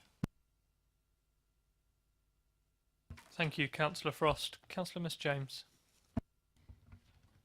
In relation to 355, and it talks about the number of, particularly the number of single people, there is a requirement, or there's going to be a requirement on us to do something about that in the Housing Act. Have we started that work, or is there going to be a requirement? I thought there was, about looking at the needs of single people and addressing some of those needs. The council has a range of statutory duties to consider and address the needs of a whole host of residents within its borough, not necessarily specifically restrained to single people, but we do generally you know, survey needs and look at policies, particularly in terms of homelessness prevention, in order to prevent homelessness. But there is nothing specifically and exclusively that I'm aware of relating only to single people, unless we're looking at, I don't know, whether it's 16, 17-year-olds or whatever. But as a general approach, it's something that cuts across the community as a whole.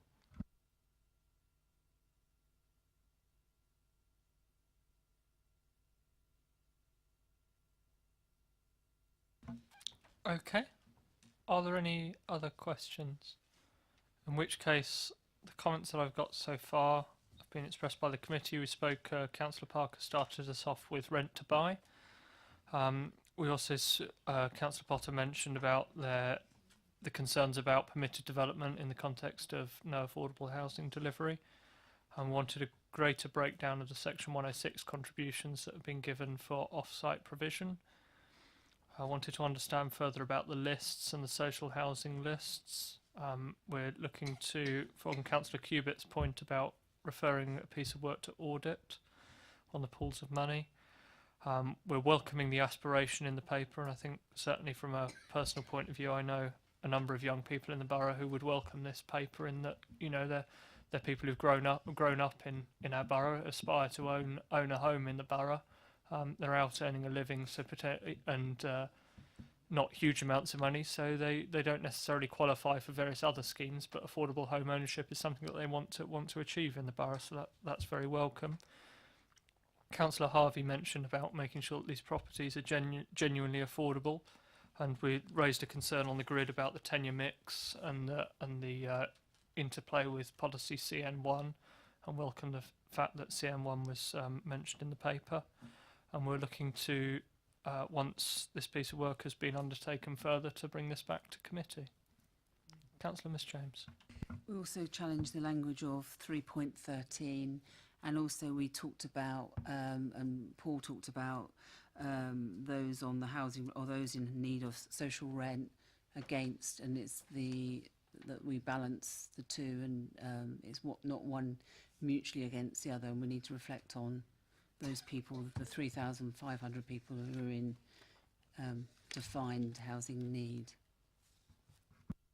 Absolutely, yes. I know those have been taken down. Councillor Harvey.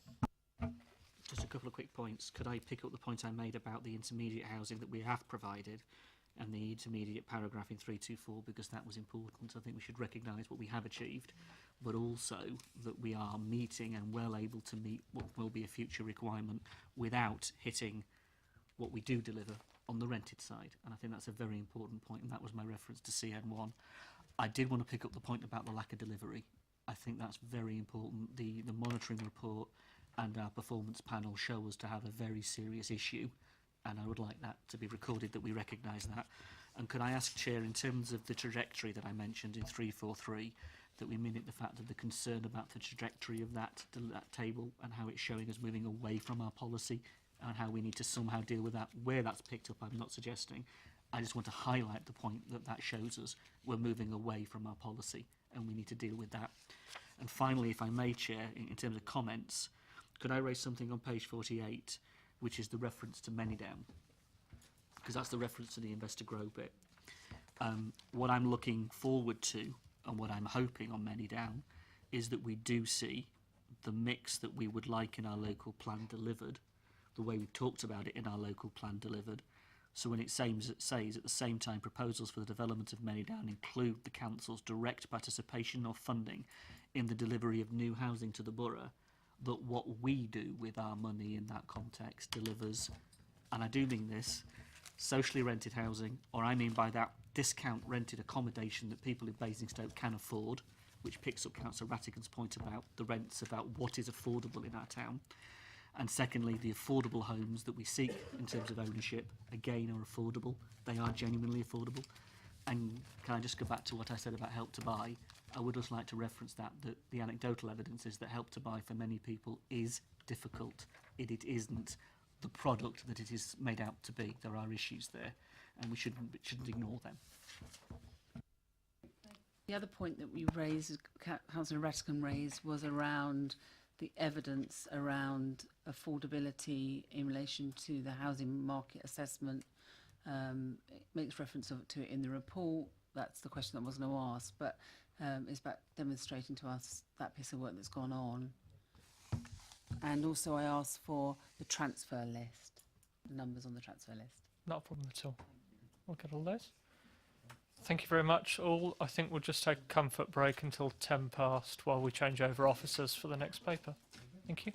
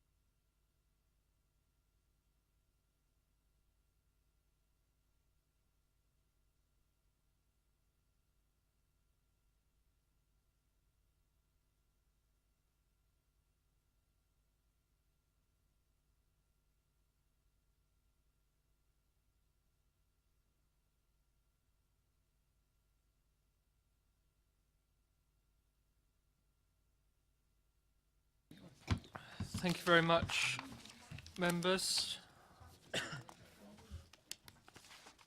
We will now move to, when I can find my papers, agenda item 8, which is on page 57 of the major agenda, which is an update briefing on community regeneration. I will pass over to portfolio holder, Councillor Mrs Reid, to introduce. Thank you, Chair. So this is an update paper or an update briefing, as the Chair mentioned. We were here in June, so we took away a number of comments and actions from committee in June. So this is basically setting out what we've done over the last 6 months and how those actions reflect the comments that we picked up when we were here 6 months ago. And as part of that, we have a new community regeneration manager with us, Emily. So if I just hand over, if you wanted to just introduce yourself. Thank you, Councillor Reid. So my name is Emily Cockle. I started on the 8th of January, so this is my 3rd week in. Previously I worked at Hampshire County Council, but I've also got experience in supporting regeneration projects, predominantly in London, starting my career as a housing officer. So I'm very pleased to be here in Basingstoke. I think there's some very exciting regeneration schemes that will be underway. Very looking forward to working with you all to support your wider objectives. Thank you. Thank you very much. Chaz, did you have anything to add? Or? Just very briefly, Chairman, I mean, this is really an update paper for you members so that you can see the actions that you had last time here and what we've done so far and where we're headed in the next 6 to 9 months. Thank you. I think it would probably be worth taking questions on the briefing paper first. Councillor Potter. Again, I sort of come out with my preamble of not being as up to speed as the rest of you, obviously, on the committee, really, in terms of what's gone before. But could I just check with Chaz or whoever on 3.1, where there's references made to a number of community plans, and I know this is under heading of Western Basingstoke as against other parts, but it is the fact that in Popley, I mean, both in Popley East, Popley West, and mind you, they're combined now, and in Marnell, there are community plans which exist and have been put together and created for probably best part of 2 years now. Now, I know there would be an argument about how far they've been developed in terms of other initiatives, but those plans exist. I don't see any reference to those anywhere within this paper. I mean, is that known to the authors, please? Thank you, Councillor Potter. Yes, it is. I mean, you're right. That was really just referring to the community plans in Western Basingstoke. There's other community plans. They're work in progress, and they're on our website as well. I mean, just as a follow-up, then what does that imply? That they're not worthy of mention in this paper? But you know, obviously the particular areas might have a comment on that. I was just trying to get a complete picture of it, really. And can I just, while I'm asking questions, on 3.4, I just wanted to get a feel for exactly what that means. As this work develops, it's the intention to take a ward-based approach to developing the delivery plan for regeneration. I mean, how will that work, and who will prioritise that? You know, what's the, I don't know, what's the bidding process? What's the resource that will go into that? How is that going to be developed and prioritised in the way that things are moved forward? You know, it's just a general statement. I just want to know a bit more about it, please, if I may. Councillor Mrs Reid. Thank you. If I take the Councillor Potter's first point, no, absolutely not. It's not in the intention of the paper to suggest that other community plans aren't important. It's reflecting the work of the community investment group that I think it's 2 years ago now. And this was a cross-party group that met on a regular basis to have a look at community development throughout the borough, and what the plan should be and what the regeneration focus should be. And the conclusion of that group was to have a focus on Western Basingstoke and particularly Winklebury. So that's the intention of that paragraph there. It isn't to exclude any other areas that have plans or have potential needs as well. It's simply stating that the focus at this time within this paper is particularly on Winklebury and the west of Basingstoke. If I can follow up with your other queries, I mean, I think that's the piece of work that that Emily will be leading in terms of that that strategic framework towards how we start to deliver wall-based regeneration in the borough. And I think the community plans are a particularly important part of that, because you'll see we're calling it community regeneration. We know through those plans what communities in those areas have expressed, and that's really helpful to put into the regeneration work to help us with priorities and what's going to be most useful to the communities too. I mean, only just to say to Emily, if I may, really, does she, I know, very new in post, any idea about how she's going to go about that process, who she's going to be consulting with, what the involvement of ward councillors may be, what the intention will be in terms of other community groups, you know, what process are you going to adopt to try and get a feel for the wards that you're going to be talking to? Certainly. I think in terms of the initial process, it's looking at the existing groups, review of that existing representation. I've already had a walkabout of the northern wards with councillors Laura and Paul at the end there, and also around Winklebury, just to get a feel of the places. In terms of the partnership working, there's also been discussions and a meeting with Hampshire County Council, specifically around the interim uses of Fort Hill School upon closure this summer. So I'm already starting to make traction with those discussions with key partners, also Vivid Housing.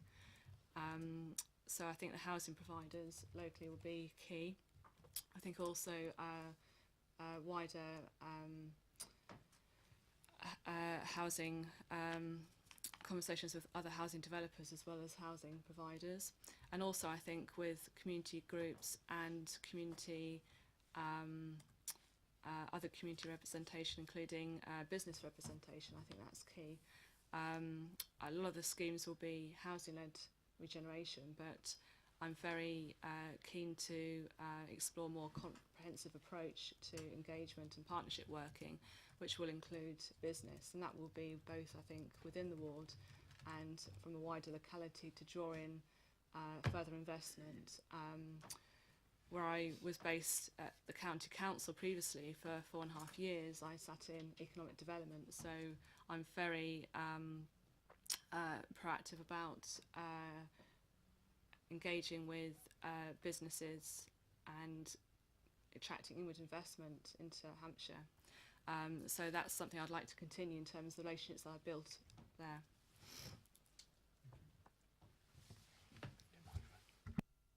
That's really helpful. Thank you very much. Next on my list was Councillor Harvey. Thank you, Chair. I welcome the fact that it's an update paper, and that I guess some of the more detailed questions that we asked previously and the detail that we explored and had a conversation over throughout the committee will come back in whatever comes back to us. I note the time that's taking to get this going. This is a priority, and it should be a priority. So the question begs about the strategic approach that we emphasised over just simply the win-wins, the context that's set in, as the officer has just said, the description of what is meant by regeneration and how we look at it as to who's engaged and how they're engaged. So I'm looking to see a lot of that detail come back, and appreciating this is just an update paper. So this is an update paper, then I've got my eyes set on what comes next.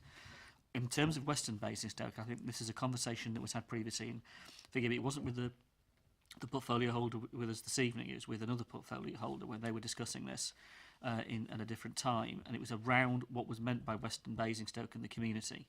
And while it was agreed and understood that Winklebury was the focus, what was made very, very clear was that the concept of regeneration would be priority areas that still included Buckskin and Southam, and where their schemes and projects to come forward that were focused on those communities, they would not be put to one side just because the focus was on Winklebury.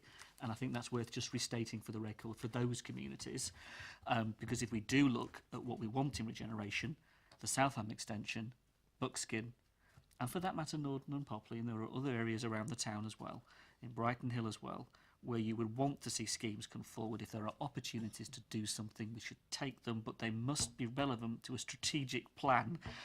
Because the other point I make, Chair, and I'm sure the Cabinet member is aware of this, you know, when the leader talks about a £40 million fund for Manydown and the regeneration schemes, and that was the way it was described to us a couple of nights back at scrutiny. It was the 40 million was wrapped up in the budget as being for Manydown and the regeneration element.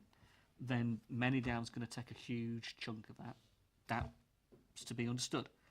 It then begs the question, well, what is the relationship with regeneration and what is the relationship with our existing communities? And 40 million on Manydown isn't going to stretch very far, let alone to do the sort of stuff we want to do in those other communities. So like I say, I get it's an update paper and there's a lot of questions to answer, and that's the sort of things we're going to be looking for, I think, and pushing you on as to what we can genuinely see as tangibles for those communities when it comes to regeneration, both physical and social, in the sense to that. I think those are fair points to make sure that no area is left behind just because there's a focus on one particular area isn't mutually exclusive. You know, if there are schemes that come forward in the other areas that you mentioned, such as, you know, Buckskin, South Ham, then those are equally important, and we should grasp those opportunities with both hands where possible. I think, as you say, this is an update paper, particularly because, you know, a new team's being assembled, and we're very lucky to have Emily with us on her third week. So I don't know whether Chaz wanted to comment on any of those points, or I don't think so. They're just helpful points for us as an officer team putting this together.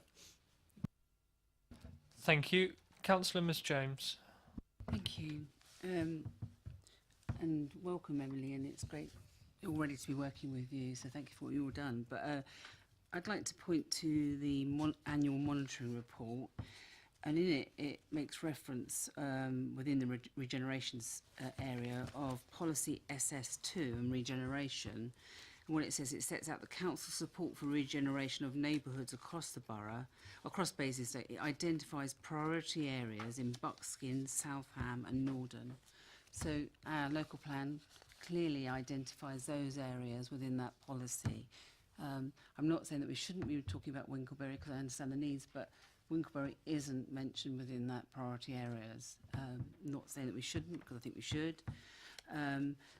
What I also make reference in the monitoring report, it says to deliver 200 net additional dwellings through regeneration by 2029. I think that's a really miserable target. I think it's really quite disappointing if regeneration is a priority, really. I think, you know, if that's all we're going to do in that time frame. But if you look back in that report again, it makes reference to 1, 2, 3, 4, 5, 6. In the last 6 years, we've delivered 371 additional net units through regeneration. So to have a target for the next 11 years of just 200 is really quite miserable. And I think that makes reference to what we said, all of us, about... No, this is in the... Page 34. 34, and, well, 33 and 34. Excuse me. What we said, all of us, in the when we had the paper, we were very disappointed with the regeneration paper. It wasn't strategic, and we had concerns. We asked for an update. We understood it was just going to be an update as to what's been done, and I know that you've only been in post for 3 weeks, but what I want to understand is, and if you look at section 2.8 of the report before us tonight, it talks about delivering a range of priorities in a strategic delivery plan, meaning focusing on the most deliverable. And again, I think that we had real concerns as a committee to talk about the most deliverable, because earlier on in that report, in 2.4, you talk about housing associations' agenda, and we know that housing associations' agendas have changed.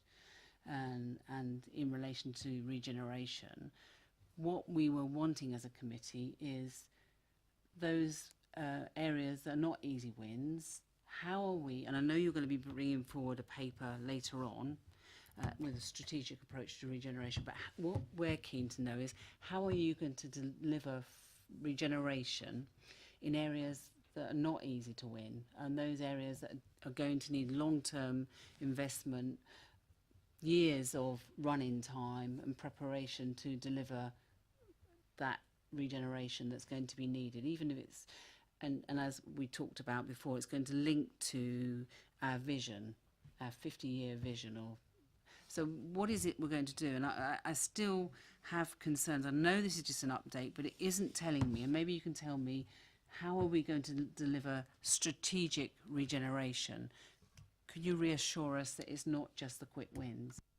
Thank you. I think there's a lot of points. I think a lot of points in that will be answered in the further paper. But I don't know, Chaz, if you want to comment. Thank you, Chairman. That was pretty much what I was going to say, but I mean, again, it's helpful context. I think it is important with these areas of regeneration to set expectations correctly. And as you rightly point out, Councillor, these are not easy bits of regeneration in some of these areas. The land assembly may be difficult, the funding may be challenging, and I think that's the challenge for us as a team, and Emily, in terms of leading that plan, is to work through and try to understand where are the barriers to delivery and how can we break them down.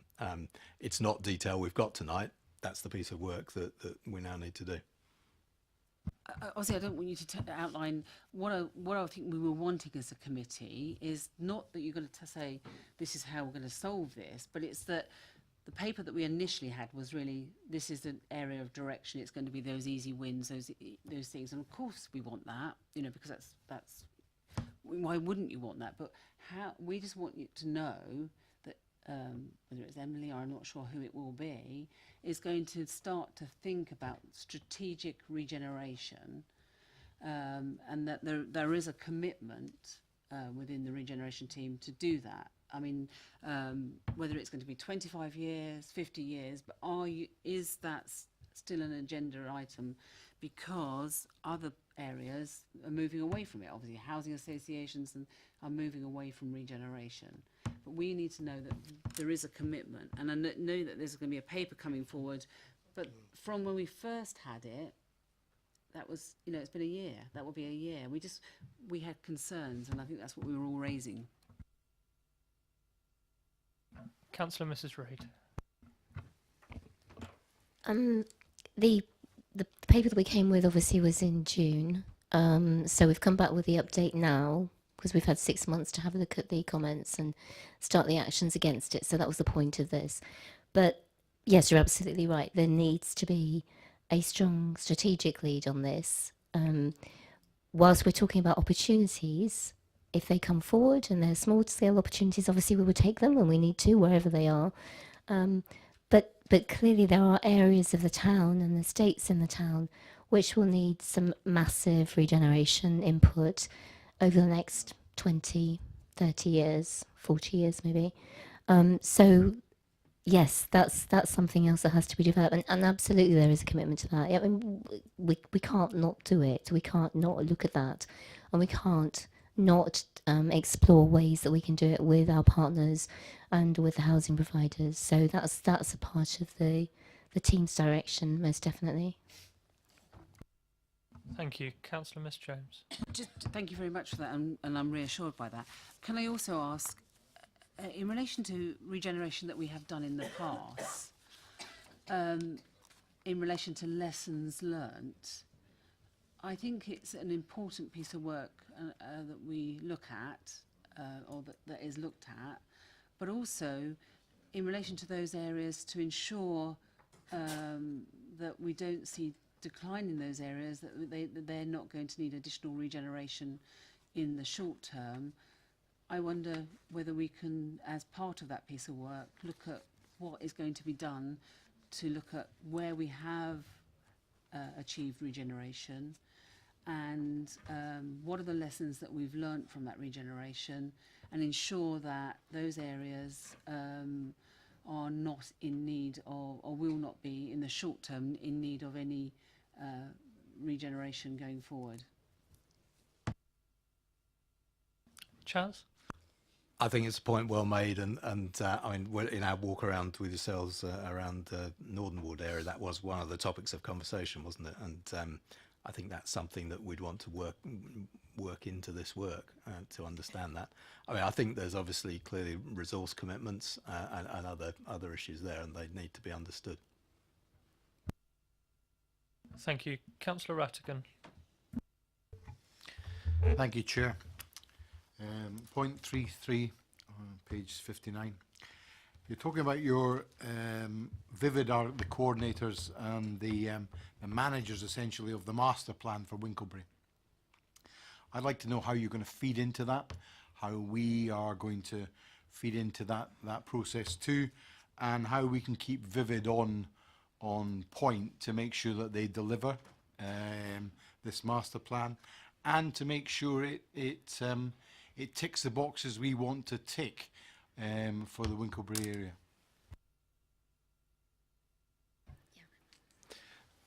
area. So the Winklebury Regeneration is a partnership.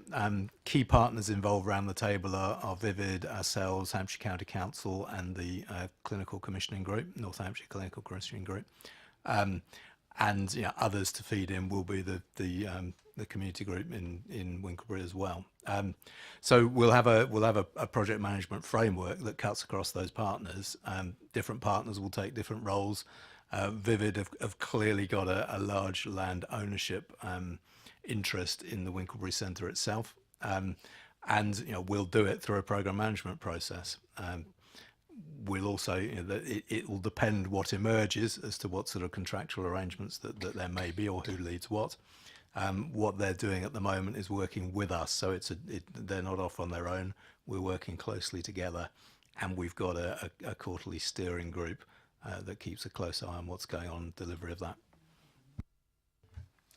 Do we yet have a wish list that we're walking into these meetings with? What you'd like to see, what your best proposals would be, better land use. What are you walking in there with as your statement of intent? So what we've done so far in Winklebury is look at the assets that there are in Winklebury under our ownership and under other ownerships. The master planning work is to try to draw out what the best options may be and try to work on them so we get a good outcome for the place. I suppose our main drivers are getting the community, getting what the community is wanting enacted in that regeneration. Making sure that the new Many Down community and the existing Winklebury community work well together. Dealing with things that the community are after, such as better access to healthcare, which is why health around the table, and improving the housing accommodation that there is there, and ideally getting more and better and more affordable housing in the place. Then I take it from your comment that you're going to be led in this rather than leading. You didn't give me the impression. So I know you're shaking your head.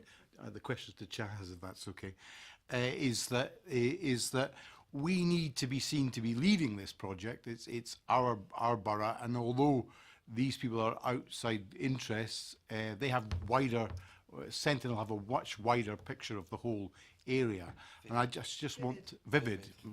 Old Sentinel, have a much wider picture than just Basingstoke, and I just want I would want to make sure that we have a clear direction of what us want within a meeting.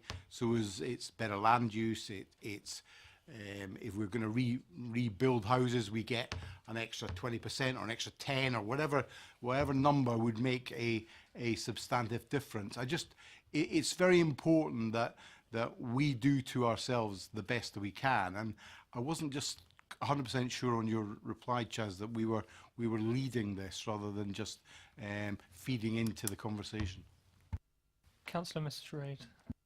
Sorry, Chaz, just stepping in, but yes, we're absolutely leading this. We've initiated this strategic board that meets.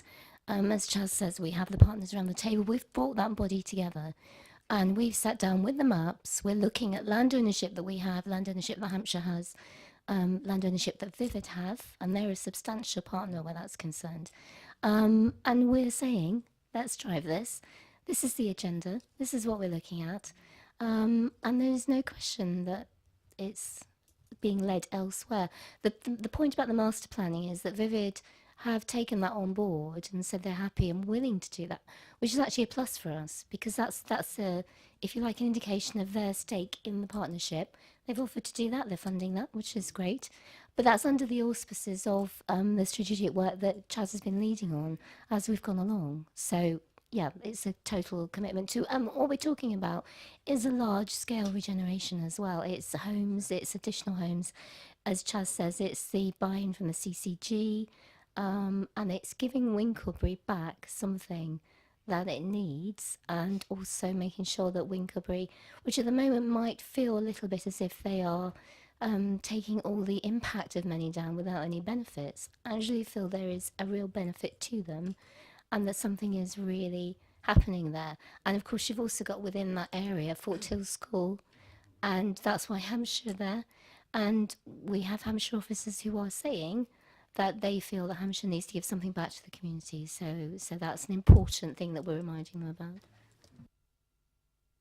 Can I just say then that perhaps on 3.3 it's not well written then, that Vivid have agreed to coordinate and manage the initial feasibility and master plan designs. So we ought to have said in there that it's under our auspices, or we're part and parcel of this. We are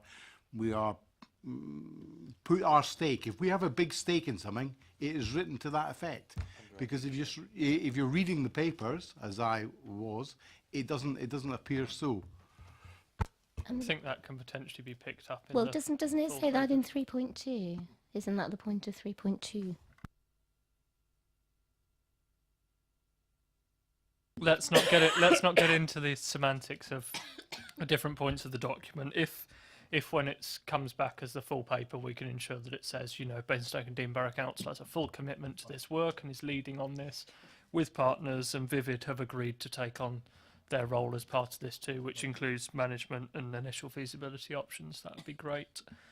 Next on my list was Councillor Harvey. No, Councillor Parker. I do apologise. This is perhaps a continuation from Councillor Rattigan's concerns. What I was trying to understand is what role and at what stage and at what level are the elected representatives, i.e. ward members, going to have in this process as it develops, over and above an initial walkabout? I don't know who wants to take that one. Chaz? I mean, I think what's going to happen around the ward-based regeneration is it will depend what the objectives and outcomes of that are in terms of the ward areas. So, for example, in Winklebury, one of the ward members is clearly involved in the Winklebury Action Group. The Winklebury Action Group's been involved in making the community plan. So that's one area of involvement. I've been briefing those ward members regularly on how things are developing, and I think as this evolves, there'll be a governance structure around these regeneration projects that will need to, one, be clear about who is being consulted and who is involved at what time, and that includes ward members, but it also includes the decision-making process around regeneration decisions there in each ward. Councillor Parker? Well, again, that's an explanation that I can understand. It would be nice, I believe, as a ward member, to see some comment in the document that makes that clear, that this is the basis on which there is going to be. We talk about all the other key partners and so forth. Elected members are a very important key partner in regeneration work on a ward basis. Possibly there's a place for them to be also represented on this steering group. We don't have any. I guess we can assume from the sentences before who may be on that steering group, but I would suggest there's a case to be made for a representation from elected ward members also to be part of that steering group. I think that's taken on board as a comment, and I think I see a lot of nods around the table with that, so I think that's agreed by everybody. Next on my list I had Councillor Cubitt, or had you? Nope. Councillor Harvey. Thank you, Chair. Just on that point, I think the idea of consulting ward members, of course, is important. The idea of engaging ward members in shaping this and being directly involved in that is a key part as well. And I hear what has been said, and I think I do agree that the ward councillors, if there's a steering group that's on their patch that is making these kinds of decisions, should be engaged with that. So I'd quite like to see the Winkleberry ward councillors on that steering group, being directly involved in it, and I think that's a good thing then to look at other areas and how you do that, because I think ward councillors can make an important contribution to that conversation around the table. I think in the context of Hampshire County Council, I would just make one point about them giving something back to the community. They could start with the keeping the buses for the young people to go to the schools that they're now having to go to. The idea that they're going to cut that funding off and force those young people to find other means of travelling and make it affordable for them to travel, because many of the families there cannot afford easily to get their kids across town to other schools, would be a start. If they're going to start making contributions back to the community, that's a good place to begin, making recompense for what they've done. I think in the context of the local commissioning group, I think that is an important part of the puzzle here. And I guess this asks the question about funding. I think where we can see other people putting money on the table to strategic objectives that are set, for example, local healthcare services being delivered out of whatever is created in Winkleberry, is a key part of the puzzle here. So I want to see them not just party to maybe how we and Vivid and Councillor Rattigan is right, us leading on this.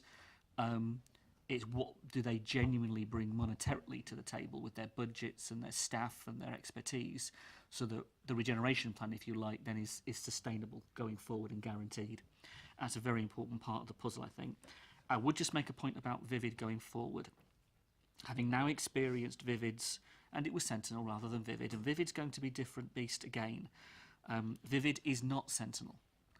Vivid is a completely different housing association and organisation that we're now dealing with. Its culture, its approach, and the nature of it, we are seeing, is quite different. It's raising concerns that we're having as local board members ourselves, and so we want to engage with them and their new structures and how they can continue to do the really good things that they have done. Now, for example, working with Hills on New Horizons was a very good experience for us. And again, if Vivid are leading and they're shaping, who they then might bring in as a private partner, if that is part of the conversation, and I don't know, becomes an important choice, because our experience with Barrett's on Capel Hill has been something quite different, and we're dealing with that in a different place and a different time. But who you bring on and how you bring them on and how they fit into this, if, for example, Vivid are engaging other partners beyond just the steering group, and those conversations are really important. I guess that's a little bit further down the line, Chair, I respect that. But if you have ward members involved at that stage on the steering group, I'm sure these are questions and matters that they will be very interested in. And the feedback to the community and the connection to the community will be something, I think, positive, really positive. And I look forward to seeing that. And again, I make the point, that doesn't exclude Buckskin or Southam and those other areas getting on with what they need to do, and for us to see that as well. So I look forward to seeing that £40 million spread appropriately, or spread in ways that gives those communities equal access to good opportunities for regeneration. Thank you. Are there any other comments on the paper? I'll go through the ones that we've got so far. We started off with Councillor Potter talking about the importance of community plans in this work, and that this shouldn't detract from that, which I'm sure it won't. We talked about the process for regeneration, the key partners such as Hampshire County Council, Vivid, developers, business groups. Yeah, CCGs, etc., and clinical commission groups and healthcare being key partners in that. Talked about bringing this back, which it will come back as a full paper. We talked about Western Basingstoke, where nowhere is left behind, and we take the opportunities where we can as part of a strategic plan to ensure that whilst there are priority areas, that opportunities are not passed up just because they don't tick that particular box. We talked about the priorities in the AMR and talked about making sure that there's the ambition in there with regard to 200 net dwelling increase, making sure there's the ambition to deliver regeneration, but recognising that ambition can come in lots of different ways. We noted the absolute commitment of the team to delivering the best possible regeneration for the borough. We talked about learning lessons from regeneration in the past to inform the future decisions and make sure that it's lasting. We talked about ensuring we keep Vivid on track with Winklebury. We talked about statements of intent and leading on projects with partners, and I think we need to make sure that everything's phrased that we're leading on this work, because we are. We talked about involvement of ward members, particularly in steering groups where necessary, and we talked about the importance of healthcare in this work and the fit of various organisations in this work as well to make sure that they're matching our ambitions and objectives. Is that a fair summary? There's a few hands. Councillor Frost first.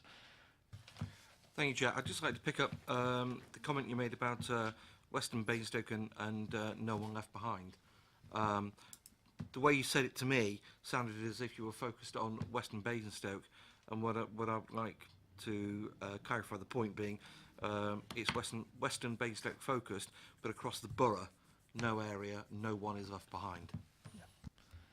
Yes, that's absolutely right. Councillor Parker. Thank you. Yes, I think more importantly, the point about ward member involvement was to emphasise that this was engagement, not consultation, and that it was throughout the process, not just the steering group, because the steering group only meets 4 times a year. That's noted. Councillor Miss James. It's also in reference to policy SS2 in regeneration, that the emphasis on that is in relation to Southam, Buckskin and Norden, and I think the emphasis of that policy is to deliver those 200 net additional units.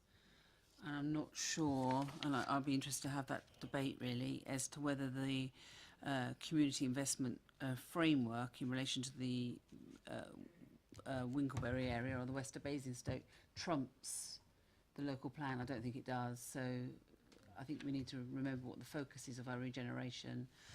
And I'd just like us to really think about our language in relation to what you said about Vivid, and I can't remember what was the feedback you said. We need to keep them in track, or what was it?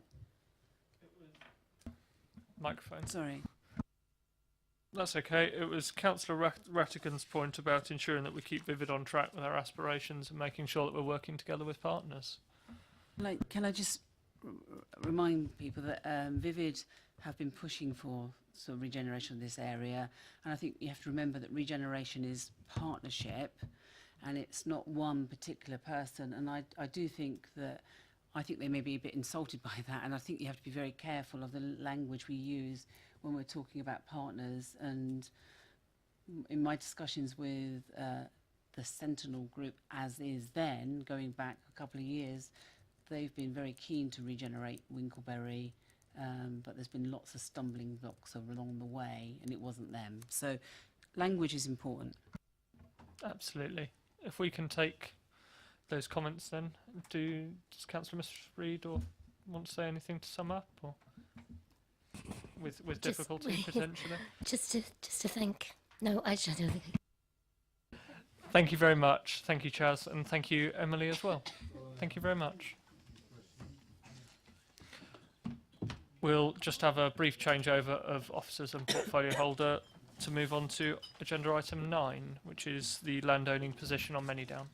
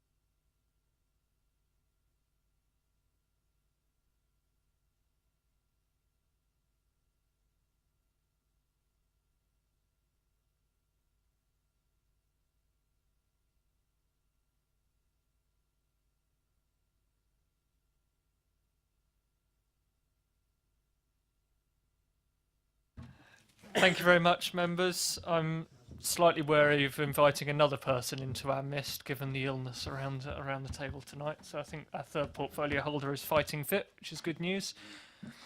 So, following requests from the committee members at the meetings held previously, we requested the Cabinet Member for Property and Development to attend the meeting to respond to questions on the landowning position on Many Down, and that was in particular vis-à-vis the statements made at the all-member briefing. So I don't know if Councillor Isaac, you want to open by saying a few words? No, not really. I'm quite happy to answer. Quite happy to listen. In which case, questions, members. Councillor Harvey. Thank you, Chair. In terms of the reason why we asked Councillor Isaac to come to the committee, and the conversations we were having at the time, and I know things have moved on since then, but again, the conversation we've had this evening again makes it as relevant because we've discussed Many Down in nearly every paper that we've discussed this evening. The issues still remain. Now, I know that Councillor Isaac has answered these points on a number of occasions, but again, the papers this evening kind of unlock not just the importance of Many Down, but why we're still looking at interpreting some of the language that's being used. And I'm trying to find my words here to be appropriate in the conversation. So, for example, when we had the members' briefing, and we were all shocked when we heard the figure of what the affordable housing percentage was being offered on the table by the consultants compared to what we thought it was going to be. And then we wound up with a whole debate over SIL, where, in a sense, from a landowning point of view, we have one perspective and we create one set of evidence. And from a local planning authority, we created a completely different view with a different set of professional views being given. And that wound up in conflict. And we still haven't resolved that yet. And I realise that's coming back in terms of what the examiner may say. We've debated the 40% affordable housing on many occasions.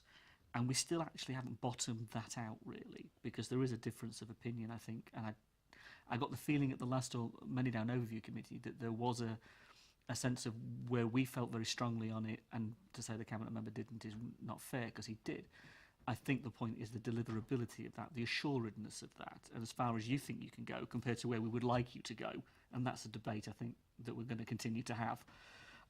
So there's a number of points in terms of exploring the landowning position that we're very concerned about. And from a planning policy point of view, from the sitting around this table, the strategic focus on Many Down continues. And I've still got all those questions, and I've still got all those issues, and the planning application is now in. So I guess from the point of view of the things that we would like to see clarity on, we're not going to see it in the outline planning application fully, because I don't think it's there in the way we'd like it to be.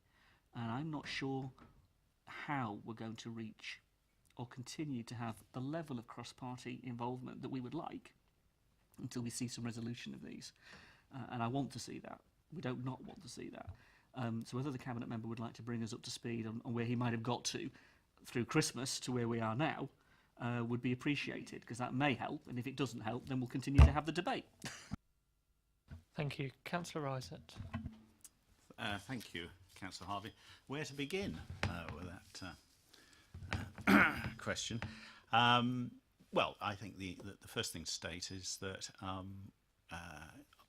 I think all of us around here, around the table, recognise the huge importance of Many Down to the borough, and not least in terms of our ability to provide an exemplary development on Many Down.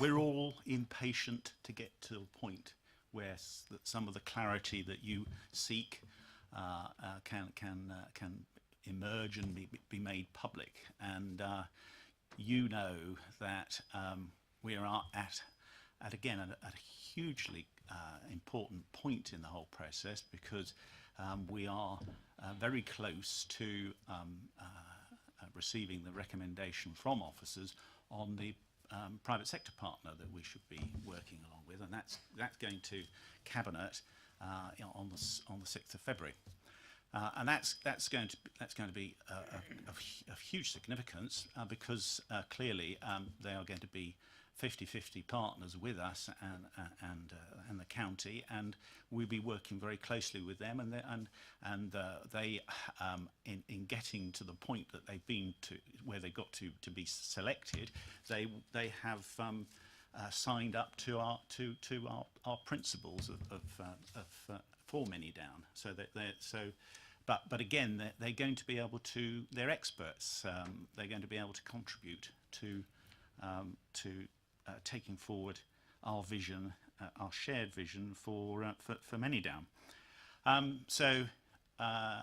Another factor that because you asked me what's been happening since Christmas, another very big factor in where we are today is whether we're going to be successful in obtaining significant government grants for Many Down. We're talking. We've made an application between us and a county of £71 million, which, if we are successful, is going to make a huge difference to the viability of the phase one of Many Down. So the county has put in a strategic bid for some just over 60 million, and we've put one in for just over 10 million. So we are waiting to hear what the outcome of that's going to be. We're not going to have to wait much longer, because we're going to hear in relation to our bid in February, aren't we? In early February, and then similarly the county bid, we should know the result of that early in March. And so in that context, I think with those two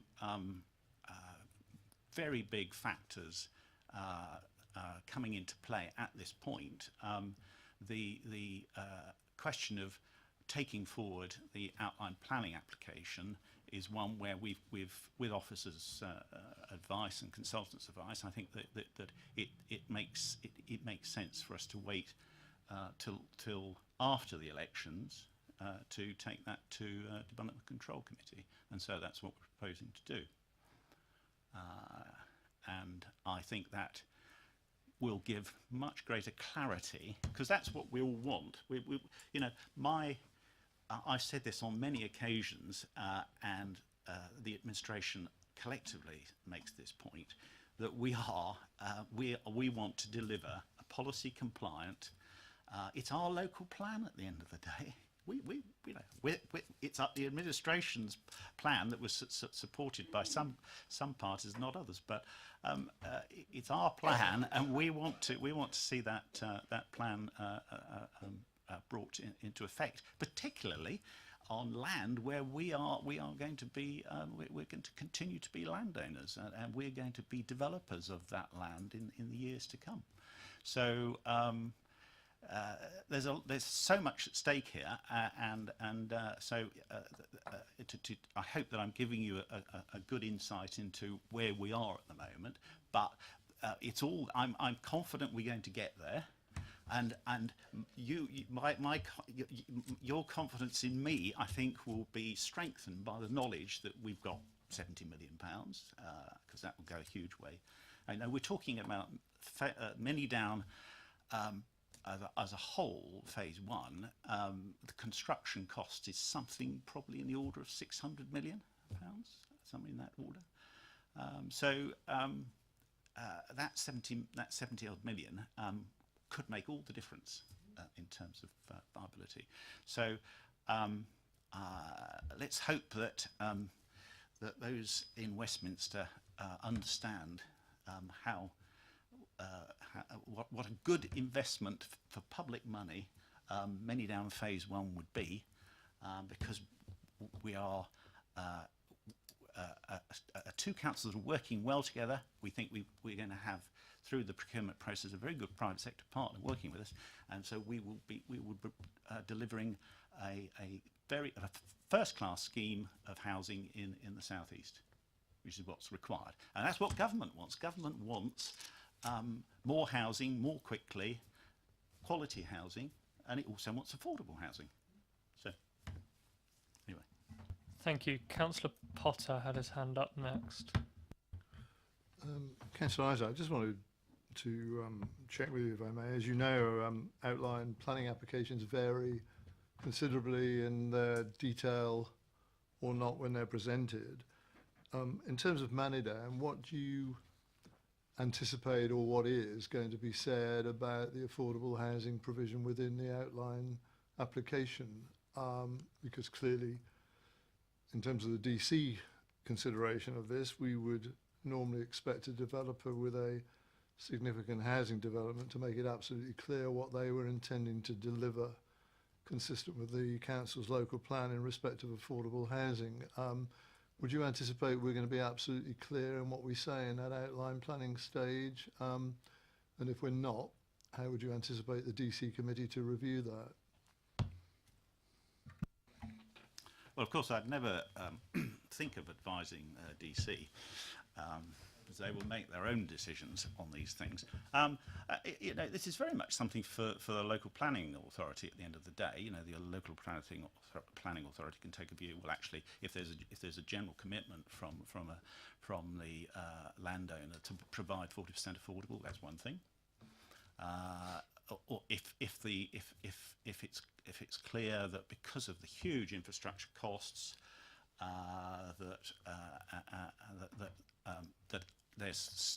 it's not straightforward that we're going to be able to automatically deliver 40% affordable, then that will have to come out.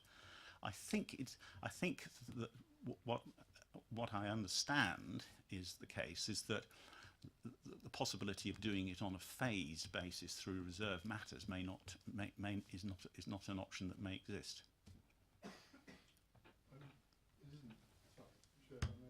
Microphone, John. Sorry. Right, thank you. I mean, it's not a trick question, genuinely. I mean, in terms of, I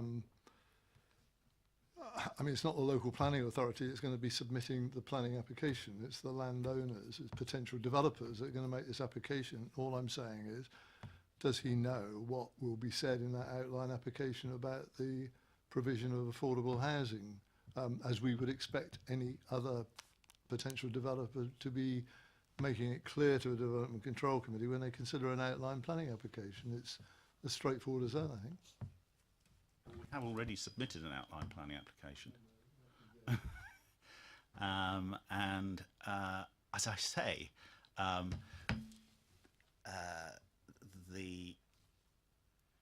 there is a commitment there to deliver a policy compliant first phase, but I'm not going to second guess, because there's still work going on about the extent to which we're going to be able to bridge any infrastructure gap. That's okay, Councillor Potter. Taking the point that Councillor Isaac's making there, and obviously we're, from what you said earlier, obviously we're anticipating that coming before the Development Control Committee sometime after May, really. That's what you're saying, and I understand, I think, the thesis for that. Obviously, the fine-tuning of what might be said within that outline application vis-a-vis affordable housing can change over the intervening months, I guess, for a number of the reasons that you're talking about tonight. Is that what you might anticipate? That's what I guess I'm saying now.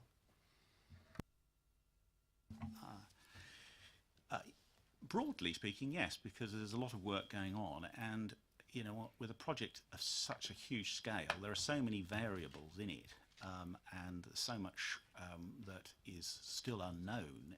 You know, what are they going to be?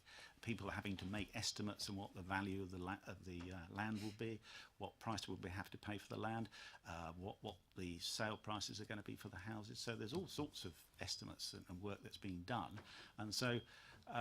But it seems to me to be prudent to bring on to access the knowledge of whoever it is the officers recommend should be our preferred private sector partner, and also we are so close to knowing.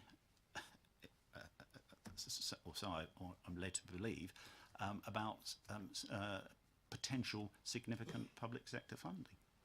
So, you know, we're all in this together. We're all trying to get to the same objective, but we've got to make sure that when we do go to the LPA, that we've got as much clarity as we possibly can at this early stage of a huge development that's going to run for 9, 10 more years. Thank you. Councillor Miss Jones. I suppose one of the reasons I wanted you to come to this committee is because you talk about we're all in this together, is I thought we were all in this together. I have had many concerns along this journey with Many Down, and then feedback from our members that went to the all-member briefing on the very small number of affordable housing units that were going to be delivered sounded alarm bells, and it really did sound alarm bells. You were at that meeting. You didn't say that wasn't going to be the case, and so I then started to think, are we all in this together? And that's why I think it's really important that you come to this committee, and I welcome you to be here. What I would like to know, I've got lots of questions. You say you want to deliver the housing compliant policy in relation to Many Down. Is it want? Because we have lots of developers that come along and say they want something, but what we're asking you really tonight, or I'm asking you, will you deliver 40% compliant policy? That's my first question. Well, if I could first respond about what happened in September last year. The officer who made that statement in response to a question, that was his own view. It was not one that we discussed or had been authorised, and so as I've written previously to this committee, as far as I was concerned, that was incorrect. And your second point, look, yes, we still there's every commitment, intention to deliver 40% affordable, but equally we have to be conscious that we have responsibilities, fiduciary responsibilities, and so do Hampshire County Council, to ensure that we can develop viably, and so I'm clear that that has to remain there, that we work to achieve a viable development with 40% affordable. But if you're saying to me, oh, we want this written in your blood, Councillor Isaac, tonight, I'm not in a position to do that. I suppose then, in relation to your comment earlier that we're all in this together, I would want people to be saying, I would want you as who's leading or as the landowner of this borough to be saying, I will deliver that. And I think that's the commitment that I would want to see, is that's the commitment that we're going to do. If you don't achieve the £71 million funding, and obviously I hope you do, how does that impact on the delivery of affordable housing? What would that look like if that's not achieved?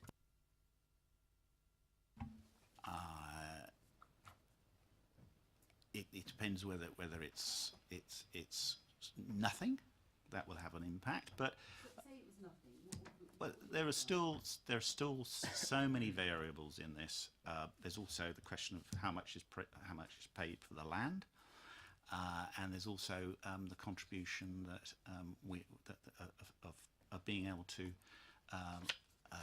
work more closely than has hitherto been possible, because we've been going through a sort of a procurement process with whoever is selected as the private sector partner. So I'm sorry, it would be anything I said would not be would be a wild guess and irresponsible of me to do so. So I'm sorry, I'm not going to be tempted by that possibility. Two more questions at this stage. You talked about the first phase. How many units are in the first phase of Many Down? I think that's very much a case of who is selected as the private sector partner, and that's a discussion we would need to have with them to agree the full business plan. If, and I'm going to push you on this, but if we don't achieve this, or you don't achieve or we as a borough do not achieve with our county the £71 million from government, how will the SIL that is obviously not back from inspector yet, and if it stays as is, which is yes, £50, how will that impact on the delivery of affordable housing? Because obviously one of the concerns we had in relation to the commitment and what you said in full council was, it wasn't raised that it was a concern. So the administration voted for that SIL policy, thinking that, and I'm sure in their hearts, that 40% affordable housing would be achievable on Many Down. Will that impact on the deliverability? Because that's what we was told in the all members meeting briefing, that would have an impact on the delivery of affordable housing. Well, again, you're inviting me to go into the realm of speculation. We won't have to wait long because I think the examiner is due to give her decision shortly. SIL, clearly from a landowner perspective, and I speak as the landowner portfolio holder, then the higher the SIL is, then clearly that will have some impact upon the profit viability of the scheme. But it's one factor in the whole mix of many factors in a development that, as I said, we're looking at development cost of somewhere around about £600 million. Push on that, because you talk about viability in relation to the deliverability of affordable housing. So if SIL as is going to have an impact, and if it comes back that's what it is, and it has an impact on the deliverability of affordable housing, what impact? You must have an understanding of what that would do, what impact that would be, because in the presentation we had, they were talking about 17% affordable housing. Is that, what are we looking at in relation to the deliverability if SIL is what it is and you don't achieve any grant funding from government? I think we have to be slightly careful about inviting the portfolio holder to speculate on the basis that, as the portfolio holder explained, we don't know the value of the land, we don't know who the private sector partner is going to be in their business plan. It would be a guess, and I don't think it's fair to.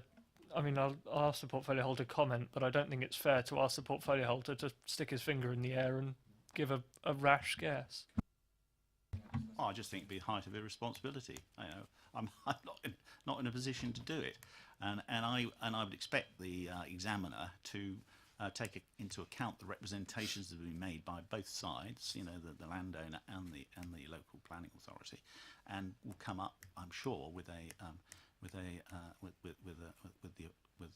appropriate solution for SIL in relation to Many Down.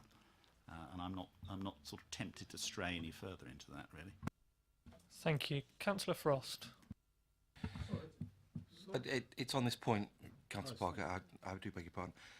Thank you, Chair. Just on this point, I understand your reticence to actually, answer the question from the committee. But can you just possibly give us, the unknown variables as you see them, which are actually preventing you from being able to give us the assurance that the Labour group opposite are obviously seeking?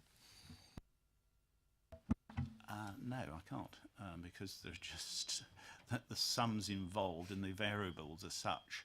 We are taking the best advice on all those things, but at this sensitive point in the whole thing, I don't think this committee is doing us a particular service in probing on things like this, when we still at the end of the day will have to have discussions with the freeholder, and I know that you're keen to understand all the inside out of the project, but it's just not helpful in a public arena like this for me to be giving you my views, which frankly are more likely to be wrong than right, given how many variables there are in this. Councillor Frost on this point. Thank you, Chair. All I'm asking for, Councillor Wright, is just some of the unknown variables. I mean, we know that, hold on, we know that obviously one is, the selection of the developer. We know that there are unknown variables regarding the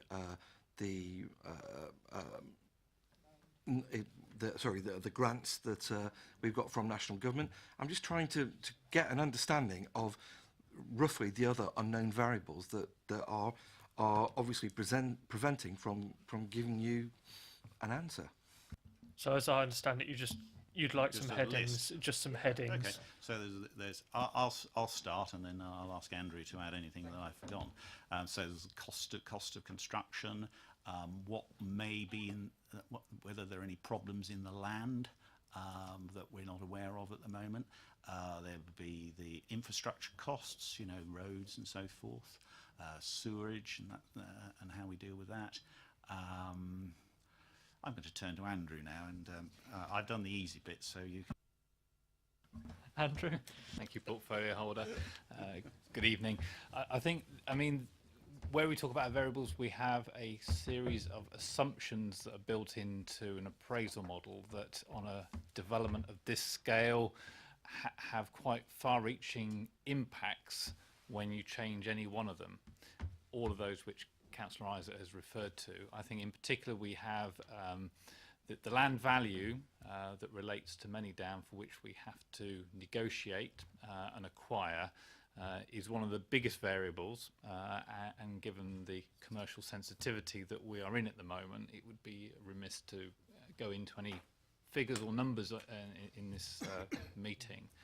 But I think it's fair to say that having joined the team, recognising the affordable housing being a major issue, understanding the commentary that's gone before, this is something that myself and the team have been looking at very closely and trying to understand in terms of the aspiration of the council, but also the complexities of not just where we sit as a council in planning policy, where we sit as a landowner, how we negotiate and deal and secure that land in the future, and the role of the private sector partner. So there are many competing issues at the moment that we're having to just, we're taking stock of where we're at before we move forward and finalise a position in relation to the position on affordable housing. Does that? Thank you. On my list, just so that everybody knows, I've got Councillor Parker, then Councillor Cubitt, then Councillor Mr James, and then Councillor Harvey. That's just to let you know where I am, and then Councillor Rattigan. Councillor Parker. Yes, hopefully mine's quite a simple question, not going into any real detail. And hearing the confirmation of commitment to the provision of 40% affordable housing on this site. No doubt the negotiations during the selection process for a chosen partner will have probably, that will be one of the criteria during that process. So I hope it would be reasonable for us to assume that our officers are not going to be putting forward the recommended partner who rejected that principle of provision of 40% affordable housing. Would that be reasonable for us to assume that? So, as I have not been party to the procurement, I'm going to invite Andrew to answer that one. Thank you, John. Yes, I can confirm, to my knowledge, because again, joining the process towards the end, through the procurement dialogue process, the requirements of achieving a policy compliant or being policy compliant with regard to the provision of affordable housing was very key in the discussions. I think what we also have to reflect on is, from the three bidders' perspective, they are putting forward commercial bids on the basis of a 10-year programme, and obviously we know over a 10-year programme that the life cycle of a development will change through many variables of the marketplace and the provision of sales and values. So I think whilst there is absolute recognition and working and a commitment, we come back to a position of just understanding what will Many Down deliver over its life cycle, which is a very challenging matter to try and understand and give an absolute cast iron commitment that you will get the delivery. But it was always reflected as part of the procurement process and a critical part. Thank you. Councillor Cubitt. Two things. You make a reference to the procurement process. And can I then have your full assurances that in the procurement documents that were bid for by the three parties, there was a stipulation that this site should provide a minimum of 40% affordable housing?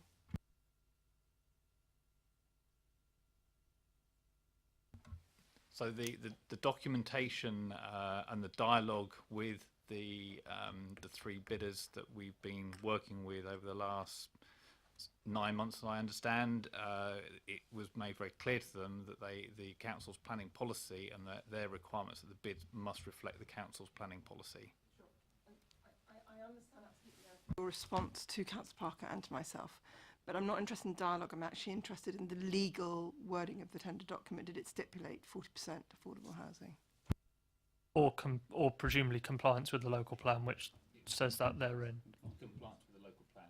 Okay, so if it said compliance with the local plan in the documentation, then that by extension means 40%, because that is a contained policy within that plan.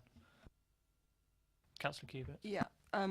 There is a difference between the question that I'm asking and just a reference to the local plan. And the people who drafted the tender document would have been fully cognizant of the differentiation between the local plan and a stipulation within the tender document, because the tender document is a legal document. A commitment to be compliant with the local plan gives much more wriggle room to the bidder than a bid to a tender document that stipulates they want 40%. Would you not agree with me in that regard? I think there is a Councillor Isaac. there is a difference there, because the local plan in relation to affordable housing is on the basis that it's viable, and so we're being consistent all the way through. And Councillor Cubitt, if you're expecting us to say that there's some sort of legally watertight and no circumstances can be other than 40% affordable, I don't think you're going to get that answer from us. The secondary question actually links with the comment that you made earlier about fiduciary duties. It is, I believe, true that councils can choose to build 100% council housing on land that they own. And then therefore begs the question, and in fact our government has specifically and actively encouraged councils in this country to use land that they own to build 100% council houses on. So my question is this, if that is the case, and if it is also the case that when we purchased the option from for the land, with the proceeds of the sale of the council housing stock that we owned and raised money from, and the £10 million that was used to buy this option was from the sale of council housing stock, and that the judge said that under the Town and Country Planning Act that we had a specific duty to build houses with the monies that had been got from the council housing stock to purchase the option. Why is it that you are now introducing into the concept of fiduciary duties on the part of the council the test of viability? Because I can't believe that can have been and is or is relevant to this site, given the history of this site. Councillor Isaac? I'm not sure I understand this, because we have an ongoing fiduciary responsibility as a council to invest our residents' money the best way possible, and that's what we're proposing to do at Manydown, and I'm sure that applies also to Hampshire County Council. Of course, we could take a position where we're saying that we want to build 100% affordable on Manydown, but then we would be abandoning our fiduciary duties. I don't think we would have a development that would take place, and I'm left thinking, well, why would we do that? Aren't we more interested in actually making sure that we can actually build a good quality development that people are going to want to live in? These sort of theoretical gymnastics that you're asking us to get involved with, I'm not really sure what the point of that is. Sorry, I think you've misunderstood my point. My point is that if this government, our government, is actively encouraging councils to build 100% council housing on land that it owns, it therefore implies that the test of viability doesn't have to be as rigid as the portfolio holder is suggesting, which means that therefore, no, it absolutely emphatically doesn't. We bought this land to build housing with, and we have a local plan. It's our land, and we bought it for the explicit purpose of building houses. And my point is not building 100% council housing on this land. It is merely to ensure that we meet the requirement of 40% by being less rigid on the viability testing. That's my point. If I might assist potentially, I think you've got the point which raises around 40% of the local plan, and when planning applications are submitted, they're assessed against the local plan and the planning policy framework. So we can pick any. We could sit here and say that we'd like to see 60%, but at the end of the day, DC colleagues in DC and a planning inspector would consider it against those applications. On the ownership of Manydown, we don't own it. We have an option on 25% of it. Hampshire County Council have an option on 25% of it, and the Manydown trustees have 50%. We don't control the whole site, and I think that's probably where the root of a lot of this difficulty is potentially. I don't know if Councillor Isaac wishes to comment on No, well, I think that's a helpful contribution there, because it's absolutely the case that we still got to pay for 50% of the value of the land once it's got planning permission. As I remain, my task, I think, as portfolio holder is to make sure that working with Hampshire County Council and the private sector partners, we deliver a good quality, exemplary scheme and that we achieve that 40% affordable. And yes, Councillor Cubitt, it may be that we as a borough council decide that we would like to invest some of the proceeds of that come from our Manydown into additional affordable housing on Manydown, and that's something that's contemplated in one of the 10 principles.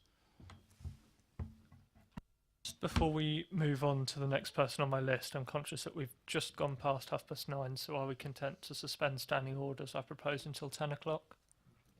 Okay, agreed. Councillor Miss Jones. Thank you.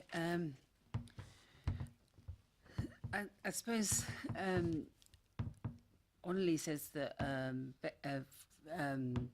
viability shouldn't be considered. Well, the reality in our local plan, it is considered, but whether we as a landowner want to consider it, and I suppose I'm even more concerned tonight than I've been before in the language that you're using about the word investment and how you see Manydown as to how we see Manydown, and how Onley has described, how it was seen and why it was bought, what the purpose of it was bought for.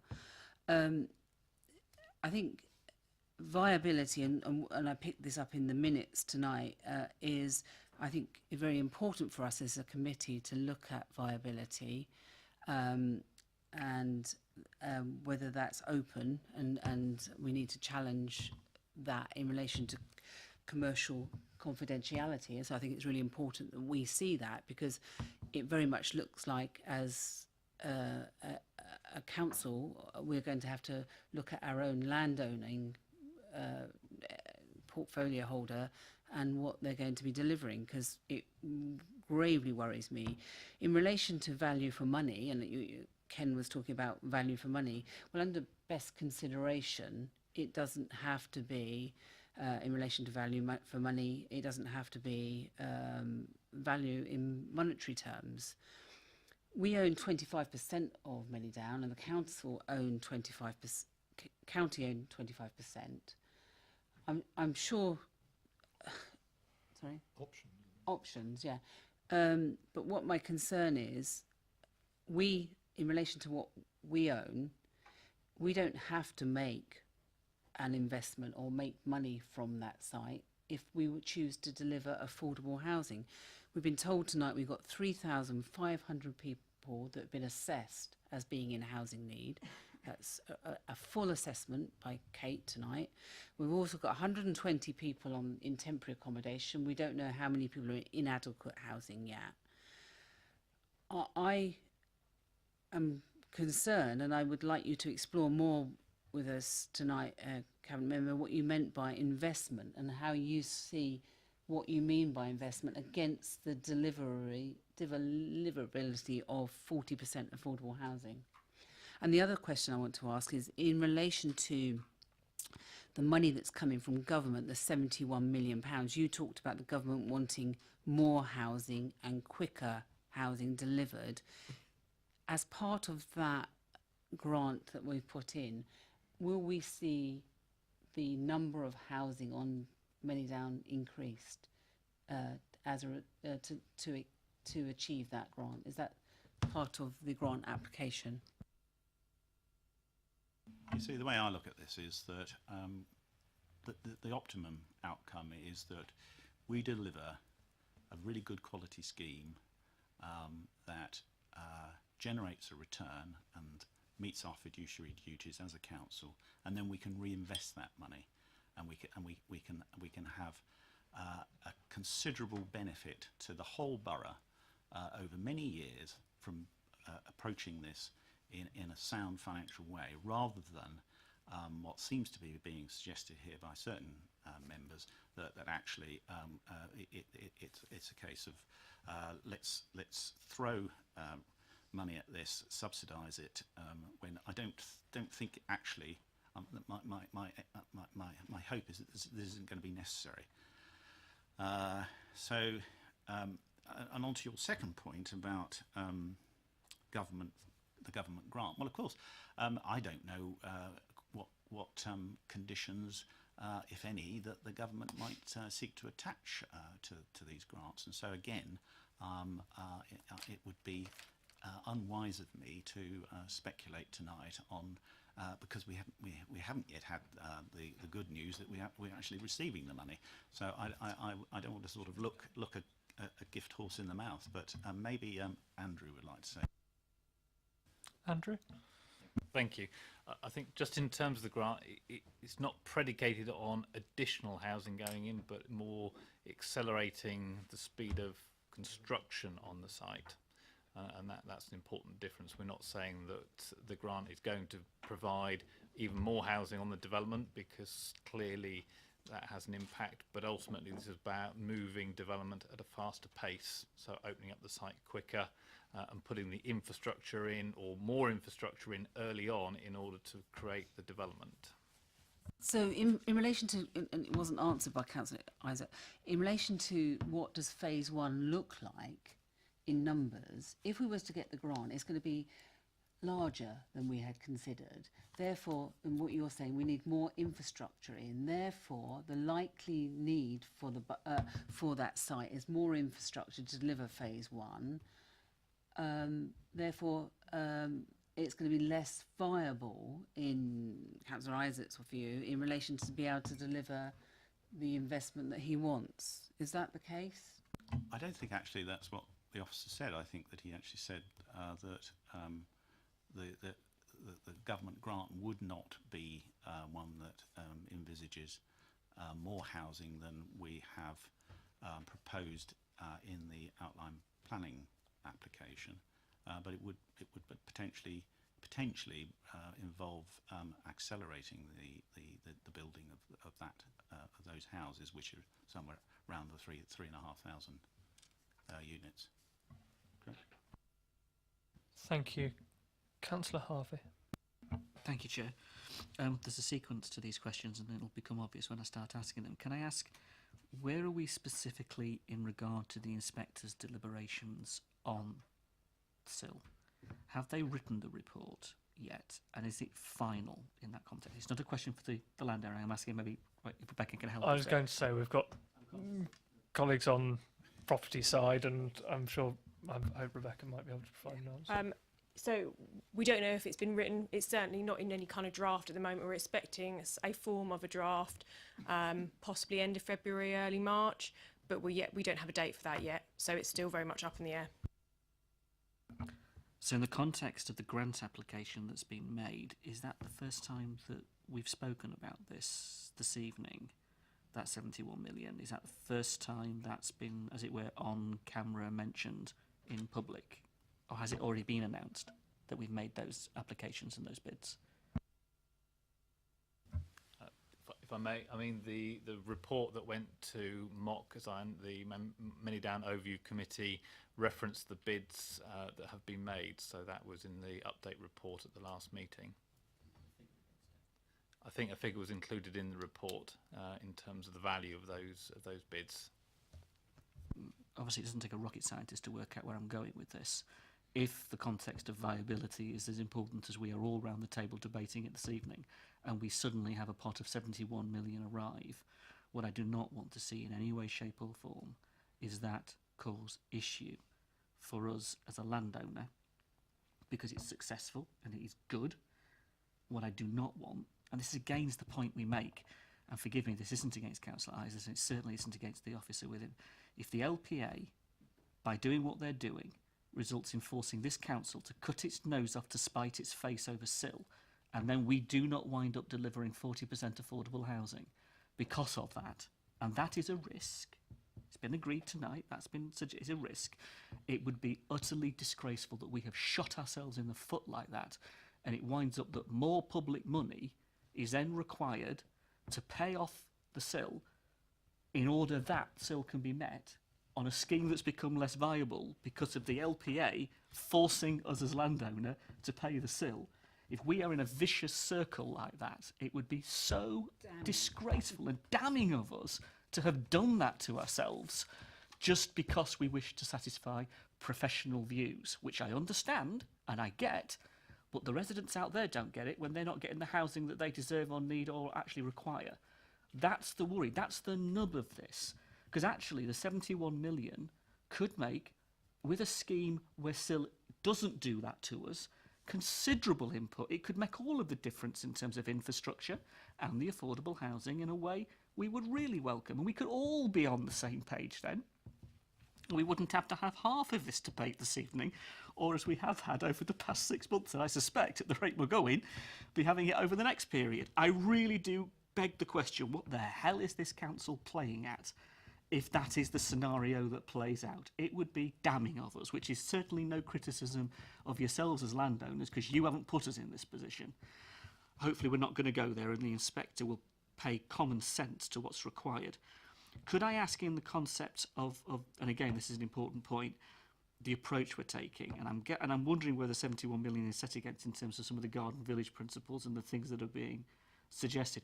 Is that wrapped up in that? I know it was in some of the paperwork, but I've not made the connection directly. Could you help me make that connection if it's relevant this evening? Is that party to where some of the bids and some of the focus is going? Some of the garden village element that the government's been talking about? Andrew. Thank you. Yes, I mean, I think in terms of our, making sure we work to the principles that have been agreed, then all the, I suppose, the emphasis of the work and the bids goes back to those principles. So that's what the team are working to in terms of preparing any bid and being able to make sure that it delivers the place on those principles. Not our principles, but the government's funding and the basis they're talking around garden village principles. Some of their major pots of funding, which I guess are part of what we've gone for, they're talking about garden village principles, and I was wondering if that's party to where we've gone. If it isn't, that's fine, but if it is, that's important. I mean, I think the Housing Infrastructure Fund is what we've bid against, and those don't align directly with Garden Town principles, apart from the fact that in terms of presenting our bid, that's the core basis of moving it forward. Thank you, that's a very helpful, I appreciate the answer there. I think an awful lot has come out this evening in terms of the conversation we've had. I'm a lot clearer, may not be a lot happier, but I'm a lot clearer in the context of what's being said. I would just say this in the context of leaving this till after May. We're having a conversation around the table here, and it's constructive, even if we're not completely agreeing on everything, but we're constructive. What I do not want to see is other councillors, and I do mean councillors, in other places taking advantage of conversations around this table that would drive a wedge between any conversation that may result continuing after May. Were this to become an issue during the local elections in a way that I would not want it to be seen, it become negative and become wrong, I think there is progress to be made positively if we can overcome these issues. And I do not want to see this abused in any way by others in other places, as it has been in the past, because that does damage to us all, and I don't want to see that. And that's a test for other people in other places. It's not people sat around the table this evening. And it's been said in other places as well publicly. But as we are now looking to post-May, what happens between now and May becomes very important for all the people that Many Down is important to. And finally, I did pick up what the Cabinet member said about the reserve matters stage, when you said that things may have to be looked at differently in the way you're being advised on the reserve matters stage. Could you share any more with us about what your thinking is in terms of that, or is that you're not able to share that with us at the moment because we're not even got past the outline? What were you exactly meaning by that? I think I know what you mean, but I just wanted to push you on that. I think it's a case of really, and this has been documented in what we've been saying to the mock previously, that there was a view that we could, because there are so many unknown factors and so many unknown costs and so forth, in that actually one could approach the achievement of 40% affordable over a series of phases, and I think that the legal advice and Rebecca may be able to contribute here. The legal advice to the LPA is that actually is not a route that can actually be pursued in planning terms. So it's a planning issue more than anything else. But that's the advice we're getting from the LPA. And of course, we always listen very carefully to everything the LPA says. Thank you. Councillor Rattigan, thank you for waiting patiently. No, it's the first time for a while I've been patient. I'm not going to ask John to speculate on the known unknowns, or certainly not comment on the unknown unknowns. I do believe, of course, that there is a virtuous circle of making this Manny Down project a financial success, and my principles on this, although we are in basic terms looking for a 40% delivery of affordable houses, and that's been committed both in full cabinet, full council, and in this committee. I personally would like to look towards things like build quality, living quality, the amenity space that's available, because if we only had, I'm taking a figure, 30% deliverable, but those houses were of exemplary standard and people felt that they were of the right quality, then I think people would make a judgment whether to have a quality of life and a different mixture of housing may be a beneficial outcome. I certainly wouldn't want the viability to affect things that affect my ward, the delivery of a better access into Basingstoke through the 339, And I hope that you will be adaptable and our partners will be adaptable to looking at what is deliverable financially, but what is deliverable to provide the best quality both in housing, stock and living accommodation, and as a place where people aspire to want to live in Basingstoke. So as they see there, they look at the schools, they look at the houses, they look at the transport links and say, do you know, that ticks the boxes. Because I think we need this to be a flagship development and a beacon for what we can deliver to our own borough, but also as a beacon to shed a light for what other outlying boroughs, councils and regions can deliver for their people. So I urge us to go ahead and to have the full backing of certainly me as a councillor to deliver the best we can do. And I think, you know, you have the best will of me, I hope, for the whole of the council to make this a huge success. Thank you. Thank you. Councillor Potter. I mean, I disagree fundamentally with that synopsis by Councillor Radigan. Those of us who have the luxury of living in nice houses and a nice car to drive can probably pontificate about what people without housing would like to. Can we not play class politics in committee, Councillor Potter? Nothing to do with class, I don't think, really. Just the fact that that's the case with all of us, I think, in terms of what we have currently and what we can theorise about other people wanting. But the point I wanted to make, and I can't express it anywhere near as eloquently as Councillor Cupid about the history of this land, I think is important. Let's be optimistic and say that our negotiations with the Manidown Company are going to go well, and we will purchase the land in the way that we've always anticipated, and we will become 50% owners of the land with the Hampshire County Council. Now, obviously, I can't for a minute anticipate what Hampshire County Council's attitude to this will be, and I'm not looking for some altruistic approach on our part. But when we talk about fiduciary responsibility, correct me if I'm wrong, we are not obligated like other developers who I come up against time and again in DC who say, unless we can make 17% to 20% profit on our investment, we're not prepared to go ahead with this development and provide the amount of affordable housing you were saying you want in your local plan. If we choose in some way or other to put that type of housing at the head of our agenda, as I believe we should, and we're prepared to talk in terms of cross-subsidy. In other words, as a council, we do not, inverted commas, make as much money on this project as some people might want us to do. And profit isn't a dirty word to me, but in this case, I think we can measure our approach in regard to the requirements of the population of Basingstoke. And we are able to say, only as part owners, I admit, Hampshire County will speak for themselves. I know what that will be, really, knowing what a financially profit-orientated that organisation is, and they're more into selling land assets than anything else. But we can choose to say we do not need to make that amount of money from this project. We can provide what people need in this town, certainly the 40% as an absolute minimum in terms of affordable housing, and social provision as well. Obviously, that can be our goal. That should be the thing that this council aspires to do, having said what we did to the people who gave up their tenancies in the original form in terms of the way that money came many years ago and the way that we promised we would invest it in the future.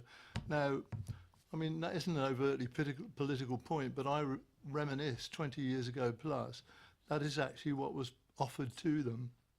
And I think we're obligated to fulfill that. That was a dream many people had, and I think we can still fulfill that dream. And I think we should be approaching it on that basis.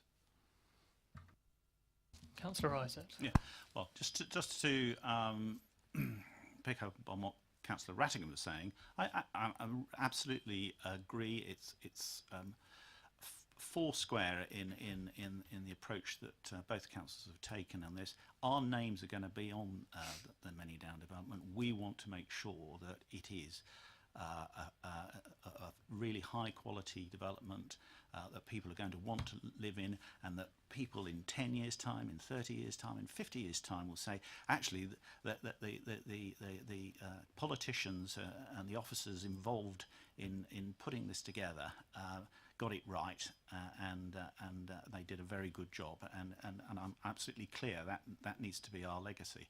On Councillor Potter's point, I think that I don't see this dichotomy between profit and being able to provide for the less fortunate in our society. I think actually that we can generate profits and we can reinvest those profits, and that's what we're doing generally, and we've done pretty well as a council, so that we're not cash strapped. We're not having to go cap in hand to the government. We can actually weather the reductions in grant that we get from government because we manage our finances very well, and we can keep on investing in services. And I've no doubt that Manydown will be a great success, and we'll be able to, and there'll be more money that we can reinvest in this borough for the benefit of people in Buckskin, South Ham, Winklebury and so forth, as well as Manydown. Thank you. That exhausts my list of speakers. I think Councillor Cubitt. I don't think either point are contradictory. I think we can achieve both. And but that's the most important message as portfolio holder you could possibly give to the peoples of Basingstoke and Dean, Councillor Isaac, is that we're aspiring to have the best quality and we're aspiring to have the 40% housing. Well,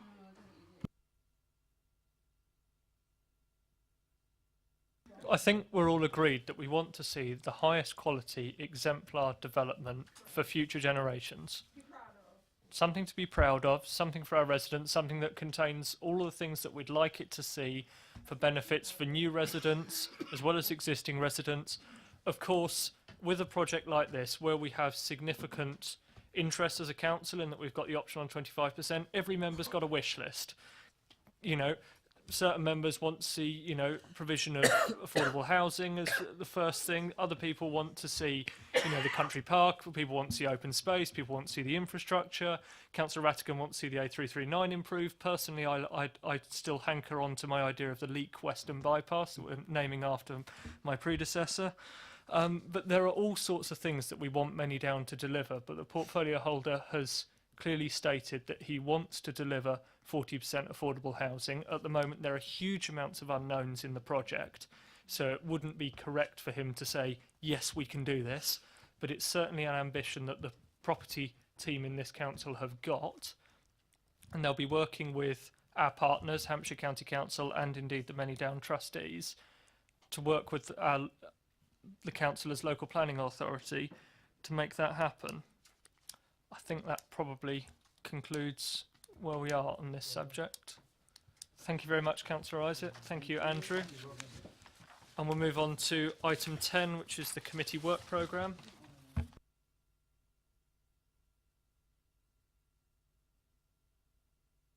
Right, so the next meeting is February. We have management companies on the agenda. So, Councillor Potter, I know it's your hobby horse, but you're more than welcome to attend if you wish to speak on that, or attend as a member of the committee if somebody else wishes to have a night off. That's okay. So we'll consider that. We've got the outcome of further analysis of office to residential permitted development, and we've also got the annual monitoring report coming as well. So I think that gives us a good meeting in February on the 15th. In March, we've got the bid update. We've got housing standards in the private rented sector. We've got the landscape and biodiversity supplementary planning document in there, although I believe that's now slipped to June to allow the officers to consider some more time on that, which I don't necessarily think is a bad thing, because that allows us to consider the town centre health check and the bid together as a town centre, the two items together on the town centre, which I think is positive, and then give full consideration to the housing standards in the private rented sector. So we'll expect the landscape and biodiversity in the new municipal year, along with the draft transport strategy, which is earmarked for June, the AA and abstract, and the Horizon 2050 update, again in the new municipal year. Are there any questions on the work programme? Councillor Harvey. Is there a particular reason why the AA and abstract is being pushed into the new municipal year, particularly given the announcement recently and the urgency that we should be considering that? Is there a particular reason? Is that because they've come back to you with letters saying they can't come until then? The reason is I haven't sent the letter yet. And the reason I haven't sent the letter is because we have had 2 full council meetings previously which have run past the point where we have agreed the calendar. I cannot invite them to a committee when I do not have any committee dates for next year. We need the full council meeting in February to agree the calendar of meetings before I can invite them to a particular committee. Councillor Harvey. So we've dealt with 4 items this evening very effectively. We have 3 items on the agenda for February. Are we saying that we can't fit it in this side of the municipal year? Is that what we're really saying about that? Of such an important issue as the AA and the future of them in the town and the way that's been discussed, all the jobs that are at stake, and because of the issues that took place over the other aspects that we want to talk about on that. We're going to push this into the municipal year. We are looking to make sure that we get through all the items on the work programme in a manner where members can give them full consideration. At the last committee, members raised concerns that we had a large number of items on the work programme and did not want to see anything further come forward in this municipal year because they wanted to give full consideration. This evening we have finished slightly earlier than we have done for the last 2 meetings when it's been closer to 11:30 at night. We still had to suspend standing orders this evening. If I look at what we've got management companies, which I know members feel incredibly strongly about, and there's been a task finish group on that headed up by Councillor Mrs Westbrook, and they've put a lot of work into that we'll want to give that our full consideration. Further analysis of office to residential permitted development again comes from a full council motion, which members feel very strongly about. And then the annual monitoring report was in addition to that agenda, which I can imagine will take quite some time given the issues that we've already sort of spoken about tonight that are contained within that report that we'll be giving consideration to. Then in March we have the bid, which is an annual update to consider economic activity at the top of town. We have the town centre health check, which we can all link up in that and have a really good meeting talking about the vitality of our town centre.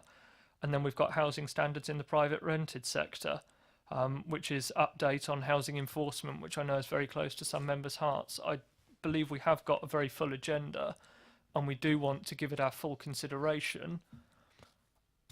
I don't know if anybody else has got a view on that. I want to bring them back. I'm very concerned that like Paul said, I'm very concerned that we're letting that AA one slip. I think we've just heard that there's redundancies to be made. They're a major employer in the town. We're losing many major employers in the town. I think in relation to our economic strategy, I think it's important that we hear from the AA. I know that we haven't confirmed the calendar. We have no intention to challenge it. If you have no intention, I'm sure we could ask the Liberals if they have no intention. We could have done that 2-3 months ago and we could have sent the letter. We can all work together. I mean, you just have to ask our political assistants and we could have told you we have no intention of challenging the calendar. And I'm sure you could have got that information from the Liberal political assistant. I urge you that we bring that forward. I would think there's lots of people in the town who are reliant on the AA that we do that piece of work.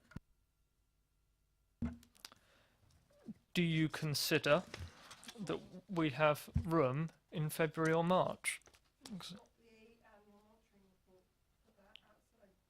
Okay, we can move the annual monitoring report to the new year. There's so much within that. Should shape, because if we're going to look at what our work programme is for the following year, if you look at the annual monitoring, so that should be informing our work every year.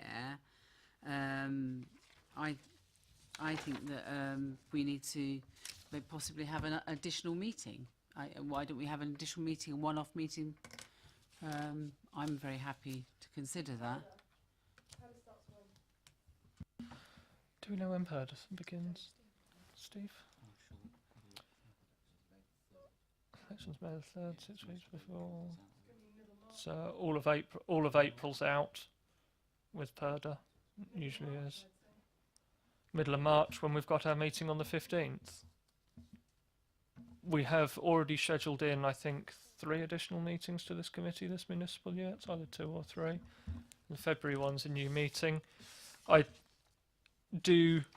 do have a huge amount on our agenda. So I'm happy with Councillor Cubitt's suggestion to push the annual monitoring report back if that's to the new year.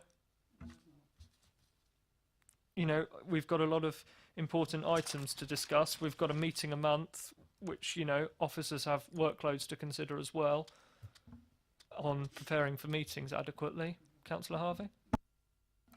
I'm disappointed in the sense that the letters haven't gone. I'm disappointed with the comments around the calendar. I think that's particularly poor. We're better than that, and as a council we should be better than that. If that's the case, if that's what's been said, then I would like an absolute commitment, absolute commitment that the meeting we have in the summer deals with that. No silliness is being played out on this, that we do this, and in the sense of that it doesn't slip to September, it doesn't slip into the back end of the year.